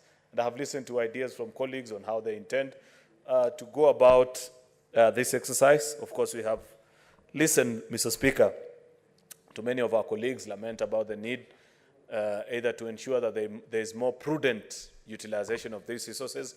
I couldn't agree with them any better. Mr. Speaker, that's given, and we shouldn't have a big fight about it. Mr. Speaker, second and most importantly as well, we have also agreed as Senate on the need to continuously defend and stand for the interest of county governments, Mr. Speaker. I know many people, and I have listened to especially our colleagues from the minority side, and it's unfortunate as I reply, most of them are not here. Mr. Speaker, keep on humming and remind us that, we need to send additional resources to the counties and so on and so forth. But Mr. Speaker, in my moving notes earlier, I pointed out to the challenges that you're experiencing economically, Mr. Speaker, and reminded our colleagues that many of the sins that you are paying for are sins of the past. Unfortunately, Mr. Speaker, the economy is such that we live today under the shade of the trees that we planted in the yesteryears. Such is the guidance of the economy as well, that today we pay for the sins of the economic either prudent or improper management that the decisions that we make today. The real impact, Mr. Speaker, of the economic decisions that we make presently will be further years down the line. And it is so evident, Mr. Speaker, given the kind of a financial situation that we find ourselves in, as our colleagues find comfort in running on the streets and screaming themselves hoarse, saying that the economy needs to be managed better. Of course, we have equally reminded them that many of these challenges, whether it's debt or complete pilferage of resources, it was done under their watch in the previous it was done under the watch of the previous administration, of which there were very strong supporters and defenders of, Mr. Speaker. We were in this house jointly with them, and on many afternoons, unlike us who are magnanimous on many occasions to allow them to debate, on many occasions we are being told, oh, let the mover reply. If you have a problem, go and speak it elsewhere. And that is why we find ourselves in this situation, Mr. Speaker. But I want to appreciate the new administration that is in office, the interventions that are being made in agriculture, Mr. Speaker, interventions that are being made, Mr. Speaker, in even just ensuring that we are fiscally responsible, reducing on our fiscal deficit from 5.7 to 4.4% in the next financial year, the reforms that are taking place in Kenya Revenue Authority, Mr. Speaker. Of course, I know that many of the purveyors of graft in KRA are not happy. That's why they are beginning to hire people across in the media, in parliament, in different places, or trying to run fake stories, Mr. Speaker, and theories about why our revenue is not performing as per the expected levels. And I'm glad KRA issued a clarification, Mr. Speaker, and said, good ladies and gentlemen, if you're looking for people to blame, please do not include us. Because much as there is a lot that they could do better, Mr. Speaker, they are really trying in very difficult economic situations where, you know, people forget, Mr. Speaker, that the largest taxpayer is actually government. And when government is not doing well, then you don't expect your revenues to do any better, Mr. Speaker. If government is not spending, if government is not paying its suppliers because they are restrained or they don't have the resources to spend, Mr. Speaker, then you find yourself in the kind of situation and the mess that you're in. But I'm glad, Mr. Speaker, that as we discuss this, I saw that our colleagues in the counterpart house have already passed the supplementary budget. Many of the state agencies are now beginning to spend, and the same can be seen in revenue targets. And I see KRA have issued a further alert saying that they are on course actually to raise in excess of 2 trillion, Mr. Speaker. Of course, a lot of it, as we all know, in excess of 1 trillion, Mr. Speaker, will go back to fund debt. And that will be an extremely difficult situation to find ourselves in, Mr. Speaker. But I know that eventually when they are done with putting in place a new administration, I know they are recruiting a new commissioner general and so many other things that are being done, Mr. Speaker, to ensure that as a revenue authority, they raise the necessary resources for us to share with our county governments. I appreciate also, Mr. Speaker, that many of the colleague senators that have spoken to this matter have insisted and implored on each other the need to ensure that there is better use of resource at the various levels of our county governments, Mr. Speaker. Mr. Speaker, there are two things that I want to say. Number one, I want to challenge colleague senators that perhaps after all is said and done, once we have passed division of revenue and perhaps even CARA, let us come and discuss also, because senators are akin to board chairpersons and governors are like CEOs running the institutions. We oversight. We might not be involved in the day-to-day operations, but we see how the entities that we superintend are performing.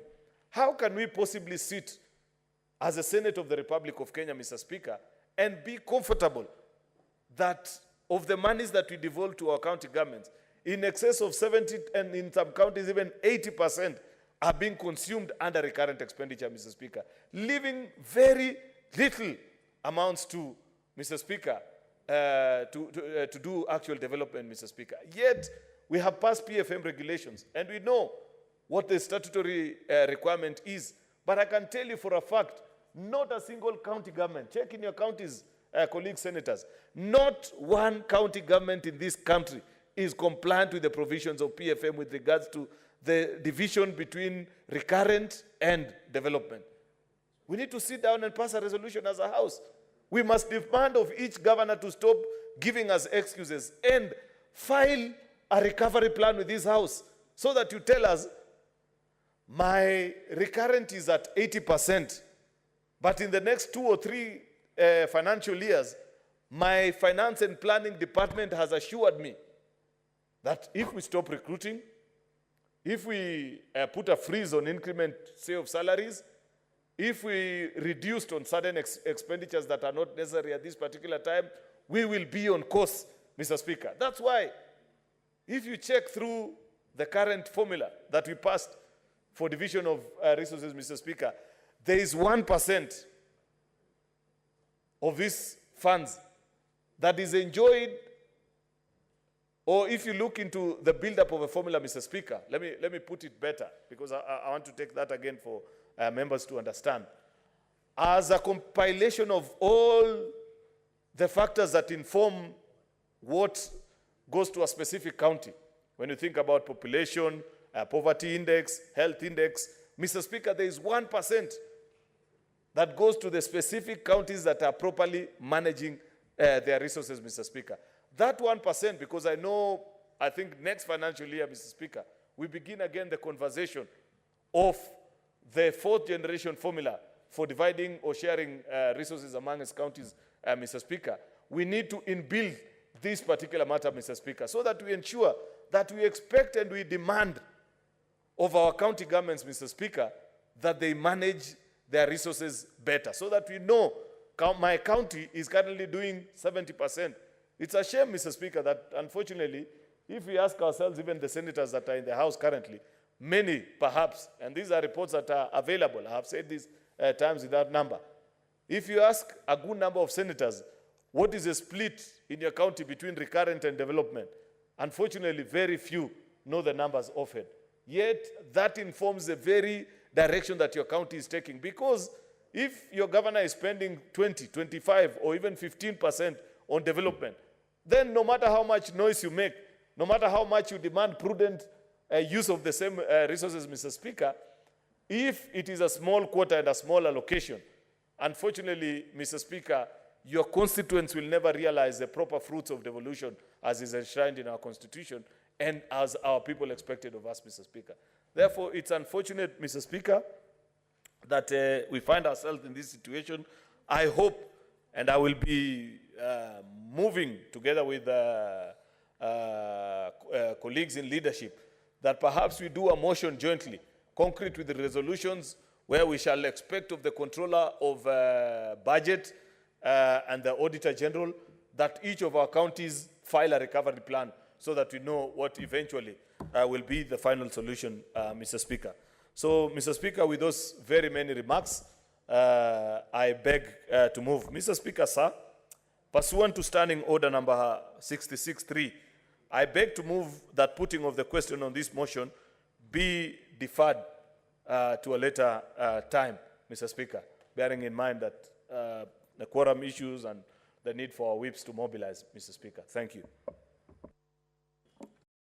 Majority Leader, indeed, the putting of the question in regard to that particular motion is deferred.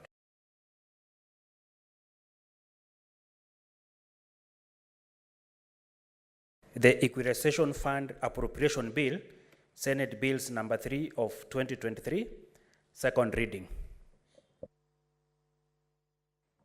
The Chairperson, Standing Committee on Finance and Budget.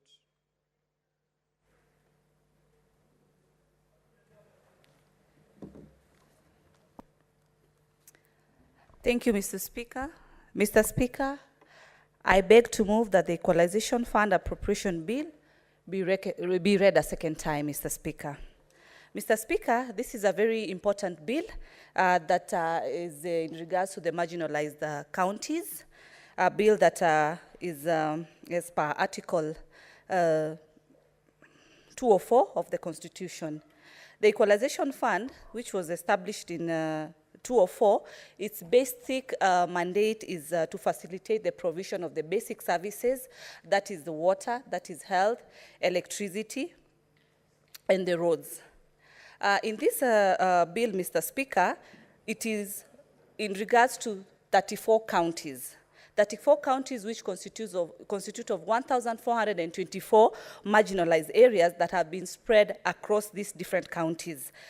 This is a bill, Mr. Speaker, that has been appropriated funds amounting to 54 billion in the financial year 2021-2022.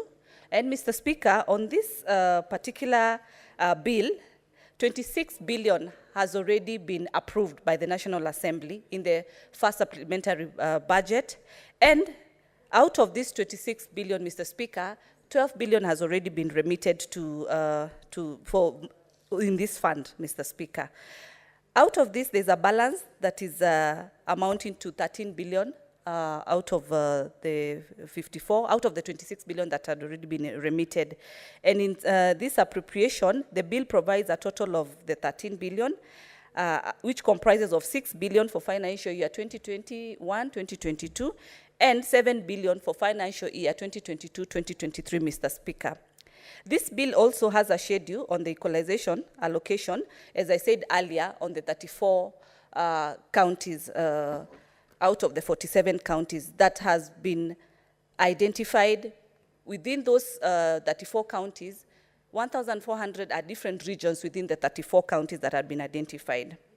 This is a very important bill, Mr. Speaker, because on the issues and the services that are supposed to be offered on the specific areas, as far as the health is concerned, as far as the roads are concerned, electricity issues are concerned, Mr. Speaker, you realize as devolved functions as per the fourth schedule, these are very important issues in regards to this bill because health sector is a very important factor, and these funds are going to improve the health sectors within the different areas of the 1,400 areas that have been identified. We have the first allocation, Mr. Speaker, that had been remitted to the counties. And do you realize that out of the delay of the disbursement of the funds, some projects have not been completed? Some projects have also been completed, but the contractors have not been able to hand over this project, hence delaying the key service that is supposed to be offered in these institutions. Like, for example, even some of the buildings, that the small hospitals that have been put in place, but they cannot be utilized by the local people in those particular regions, and hence brings a challenge. So this is a very important bill because it is going to ensure that these funds are going to cater for the services that they're supposed to cater for. We have regions and areas like the eastern region whereby the electricity issue, which is part of this fund, you find that some areas we have challenge. And you see the education factor that we had, the previous government had mentioned in terms of ensuring that there is electricity to these different regions. There are challenges, there are institutions, there are schools, learning institutions that have not been able to have this commodity, this key element that helps in different aspects from use of different gadgets. We are in a digital space, and without some of these things like electricity, then it brings a challenge to this particular region. So this is a very important bill, Mr. Speaker, as far as ensuring that these services are able to reach to the marginalized counties. Not only just reaching, but also the timely reach of these particular services. This bill also, Mr. Speaker, the Equalization Fund Advisory Board will also immediately commence identifying the projects to be implemented. We have the projects that had already been identified, and also there's an opportunity to identify projects. And this identification, Mr. Speaker, you realize that there are some committees that are going to be formed with the assistance of also the National Treasury, with the Fund Advisory Board, that this committee at the mashinani level are going to ensure that they are going to come up with projects that are touching and are immediately going to help the communities and the regions within that particular area. And this is very important, Mr. Speaker, because this talks about total inclusion of the local mwananchi, of the person on the ground who really needs these services directly. And that is why this fund is just strictly for the marginalized areas. These areas have also been in the bill. They've also been indicated, they have also been identified up to the region level, and the amount of funds in the bill, it clearly indicates how much. So with this indication of how much per every area, it becomes easier for the members who are going to sit in that particular committee per particular region, easier for them to be able to budget as per what is allocated or as per what is set aside for that particular area. And this is very important because without that in place, then planning becomes difficult. But when that is in place, it is easier for the committees to be able to well plan on a specific and a particular project that is going to be able to be commenced and finished within that particular budget, and hence there are going to be impactful results of that particular project, unlike situations whereby there is no committee and then maybe the governors bring up projects without looking at how much is needed. But that is stipulated very, very well in this particular very important bill. Mr. Speaker, in the committee during our meetings, we engage different stakeholders. And we've had very good engagements with different stakeholders, ranging from the National Treasury, Mr. Speaker, who have also been able to have their input. And we've really been able to discuss one key element on why these funds have been able to have delayed, because, as I said earlier, the initial appropriation amount was 54 billion. And out of this, only 26 billion is what National Treasury was able to approve. On top of that, only 12 billion is what has already been dispersed to the different marginalized area. And so there's an outstanding of 13 billion. As we speak, Mr. Speaker, in our deliberation with National Assembly, out of the 13 billion, only 10 billion has been appropriated in the first supplementary budget. And hence, there's a deficit of around 300 billion. As a committee, we advised and decided that let the 10 billion pass and be able to be dispersed to the marginalized regions, and hence the balance of because it is already appropriated, so as not to create any delays, so that these funds can be able to be taken to to be appropriated as per the schedule. And so the balance of the 3 billion will be now incorporated with the balance from the main 54 billion less 26 billion. The outstanding balance of about 28 billion will be now added. The 3 billion will be added so that these funds can now be allocated. We also had different stakeholders, the Council of Governors. The Council of Governors were able to clearly state and also were able to table the existing projects. They were able to mention about 300 projects that were in place in total, but about 120 projects are the projects that have been completed, and then hence the rest are stalling. The reason that they are stalling, according to the Council of Governors, is because of untimely disbursement of these particular funds for these projects. Also, the challenges that they have been able to mention earlier in terms of the contractors still holding because of maybe delayed. But we were able to insist to the Council of Governors that it is very important because we realize there's a strategy or a technique whereby when new governors take office, then they want to come up with their own project. But we were able to advise that it is very important for them to ensure that they complete the existing projects that are in place. Further to that also, to ensure that these projects are not just buildings or houses, but are going to be able to be impactful to the people because they are going to utilize those projects for the mandate that they are required to be able to utilize. Mr. Speaker, with the other stakeholders that we've been able to actually walk a very nice journey with are the CRA. Commission of Revenue Allocation were able to have their input because they are the ones who also guide as far as the allocations and identification of the marginalized areas are concerned. And that's how they are able to settle to 34 counties that are marginalized, and also specifying the specific areas. Because it doesn't mean that if a county, like for example, Tharaka Nithi is also in this list, it doesn't mean it's the whole of Tharaka Nithi, but a section and an area that is identified as the marginalized area. And these are areas that, as I said earlier, strictly it is matters of water. As you know, Mr. Speaker, water is life. Water is everything. Without water, we tend not to be able to harvest a lot in all different areas, be it the home use, be it the agricultural sector. And as you know, with water, then it becomes much more resourceful, much more impactful to the local regions. One of the regions that is in these 34 counties is areas like Mandera, areas like Turkana. And we believe through this bill, Mr. Speaker, areas like Turkana, Marsabit, areas of Mwingi, when we have these funds and get into the counties and being able to execute exactly what has been identified or what has been the main focus of this particular fund, there's going to be an impact.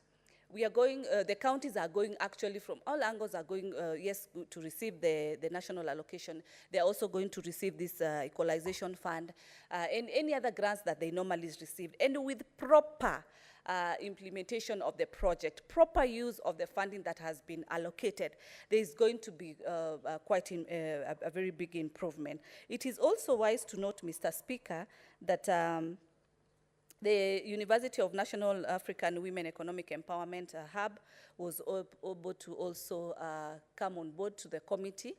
They were also able to state their input, and much more focus is because, Mr. Speaker, the National African Women's Economic really were very positive, as much as they focused on the women in the mashinani areas, women in the marginalized areas. Because when the lives of these women are going to be improved, because we are going to, these funds are going to ensure that provision of basic elements like water, like electricity, as I said, like good roads, as I said, then it's not only going to impact the local area, but even the women in those particular regions. Because as stated earlier, these four essential mandates for this particular fund cut across a wider range of social economic empowerment to our women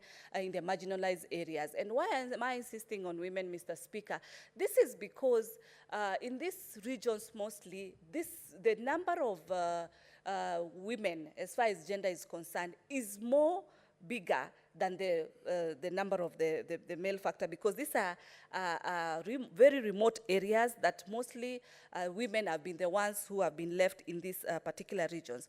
But when these facilities are put in these particular regions, then it is, as I said earlier, it's not just for the area just improve, but also empowering the local women who are in those particular regions, Mr. Speaker.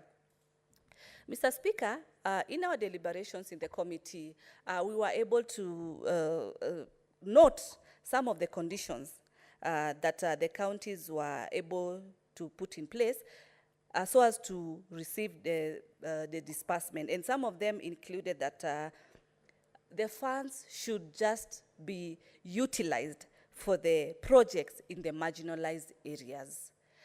You find that if these funds are not going to focus and are going to be diverted for either any other recurrent use expenditure, for example, or any other project that the governors could have started, then it deviates from initial mandate of what really needs to be utilized. And you realize, Mr. Speaker, this is a very important fund, because we have areas that are very well improved. And the reason this fund needs to be adopted and needs to quickly be remitted to these counties is because it really cuts and offers those services that are not, that the funds from the national level is not able to offer. And it helps at least unify and bring and give an opportunity to all Kenyans in this country, not just in areas that are more urban, that have more advantages.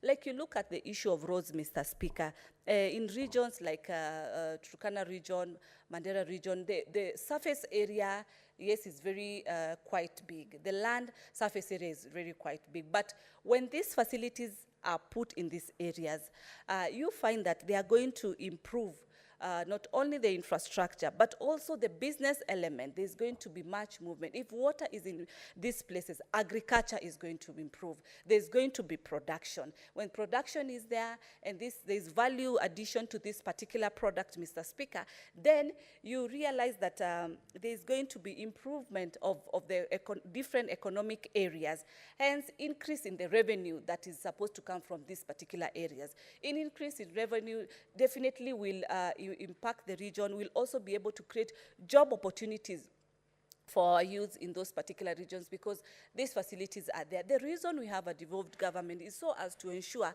in those regions our people are able to get opportunities in those particular regions, Mr. Speaker. But if we do not ensure that that is in place, then we kill devolution indirectly, and that is not what us as Senate will pride in, Mr. Speaker. Mr. Speaker, the other condition that the county was able to state is the beneficiary counties must open county special purpose account at the Central Bank of Kenya. As I said, this fund is not an additional allocation, but it's a special fund. And so it is wise for it to have its own account.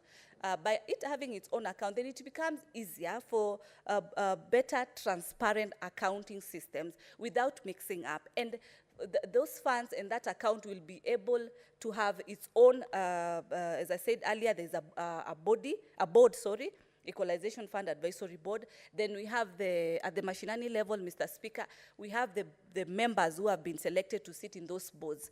And definitely also having this account specifically for these particular funds, it is more manageable. It is more clear. There's no mix-up that these funds were utilized for any other project. These funds were used to pay recurrent expenditures. That won't be the case, but it will be easy to manage. It will be easy to offer transparent accounting as far as these funds will be concerned for that particular marginalized area. Further to that, Mr. Speaker, the County Technical Committee also, we stated that it must place as provided in the PFM Act 2021 regulations. These are, as I mentioned earlier, these are the committees that will be able to identify the different projects depending on the area. Because you realize, Mr. Speaker, for projects to be identified in these areas, there needs to be also, the people need to be there. They also need to interconnect with other public institutions so that whatever project is being put in place, for example, if they are putting electricity in this particular area, then that electricity is going to serve a bigger range. If it is the borehole, if it is a water that is going to be put in this particular area, then these committees will help ensuring that this water will not just serve small number of people, but is going to serve a wider range of people. If it is the case example, Mr. Speaker, for the roads, then it will ensure that these roads are going to interconnect and are going to ensure that people from side this to moving to the other side are going to be able to have an infrastructure that does not only cover a smaller area, but a wider range of depending on the number of people, Mr. Speaker. Mr. Speaker, the other condition we were able to state is also spending unit must comply with the existing laws and regulation. This is definitely governed. It is also guided as per our PFM Act, as earlier stated. Mr. Speaker, the committee considered the bid and made several observations in it. And some of these observations, Mr. Speaker, during the consideration of the 2022-2023 Supplementary Budget 1, the Supplementary Budget 1, the Equalization Fund entitlement of 6.8 billion for financial year 21-22 was reduced to 3.5 billion, leaving the 3.2 for appropriation. As I'd mentioned earlier, Mr. Speaker, this is the fund that was not included in supplementary one, and thus the total available appropriation is 10.3 billion. And we felt as a committee, through the wisdom of the committee, instead of going back and insisting on the 13 billion, we decided to let the appropriation of the 10 billion. And then we can be able to ensure that the balance of the 3 billion that has been left is going to be included in the balance from the main 44 billion, less 26 billion, hence 28 billion plus the 3 billion, giving an outstanding of about 31 billion that should be the main balance. So, that is what, as a committee, we settled for. Project identification, Mr. Speaker, and implementation under the second policy on marginalization is yet to be undertaken and will commence immediately after approval of the Equalization Fund Appropriation Bill 2023. This is very important, as I said earlier, Mr. Speaker, because it is when these funds have been remitted. The good thing is that as per the feedback and the update of the National Assembly, the committees are already in place, and they are going to undergo the right process of ensuring that they are also being gazetted so that they can be able to appropriate the funds depending on the amount of the fund. Hence, that will guide on the type of project that the fund can be able to undertake. Given that there are only 3 months remaining before the financial, not actually 3 months right now, it's less than 3 months, it's about two and a week for before the financial year lapses. So there's need to expedite very fast on this particular bid. And I also want to thank you, Mr. Speaker, for ensuring that you have changed your order and you've been able to prioritize on this bill. Some of the projects under the first marginalization policy are yet to be completed. And why, Mr. Speaker? The reason is because of the delay occasioned by the stoppage of the expenditure of the fund by the High Court ruling, which had declared that Equalization Fund guidelines are or is unconstitutional and null and void as well. So there's need to expedite completion of this project so that the benefits are realized within the 34 counties, as I stated earlier, Mr. Speaker. Mr. Speaker, the committee, having considered, recommended, as I said earlier, that the National Assembly should, by end of April 2023, submit it to Parliament a framework showing a clear action plan of how the pending funds, entitlements, and arrears will be recovered. Which area is this, Mr. Speaker? The area of the 31 billion, because it is about the 28 plus the 3 billion, which was not budgeted for in the first supplementary budget. And so then the committee also requested that the National Assembly be able to give a framework of how the total balance is going to be remitted to the 34 counties. Mr. Speaker, the committee also appreciates so much the support from our secretariat, led by none other than Christopher Gitonga, who's the clerk of the committee, on ensuring that this bill is timely. And also, I want to thank my committee members who have been very supportive, who have been very who've been team players during these particular deliberations on this particular bill, Mr. Speaker. And it's at this point I want to thank you, Mr. Speaker, and I request that my colleague, also member of the same committee, Senator Boni Alwale, to second this motion. Thank you.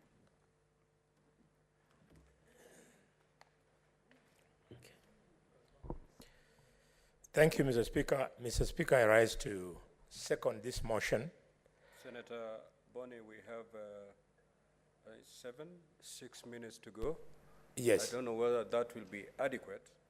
If you want to second by way of Standing Order 108 so that you reserve your right to contribute later on to this motion, or yes. you want to... It's better that way, Mr. Speaker, sir. So then what you need to do under Standing Order 108, you just bow your head and leave it at that.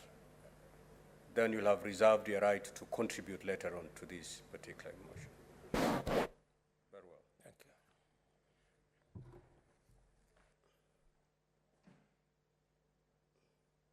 So now we've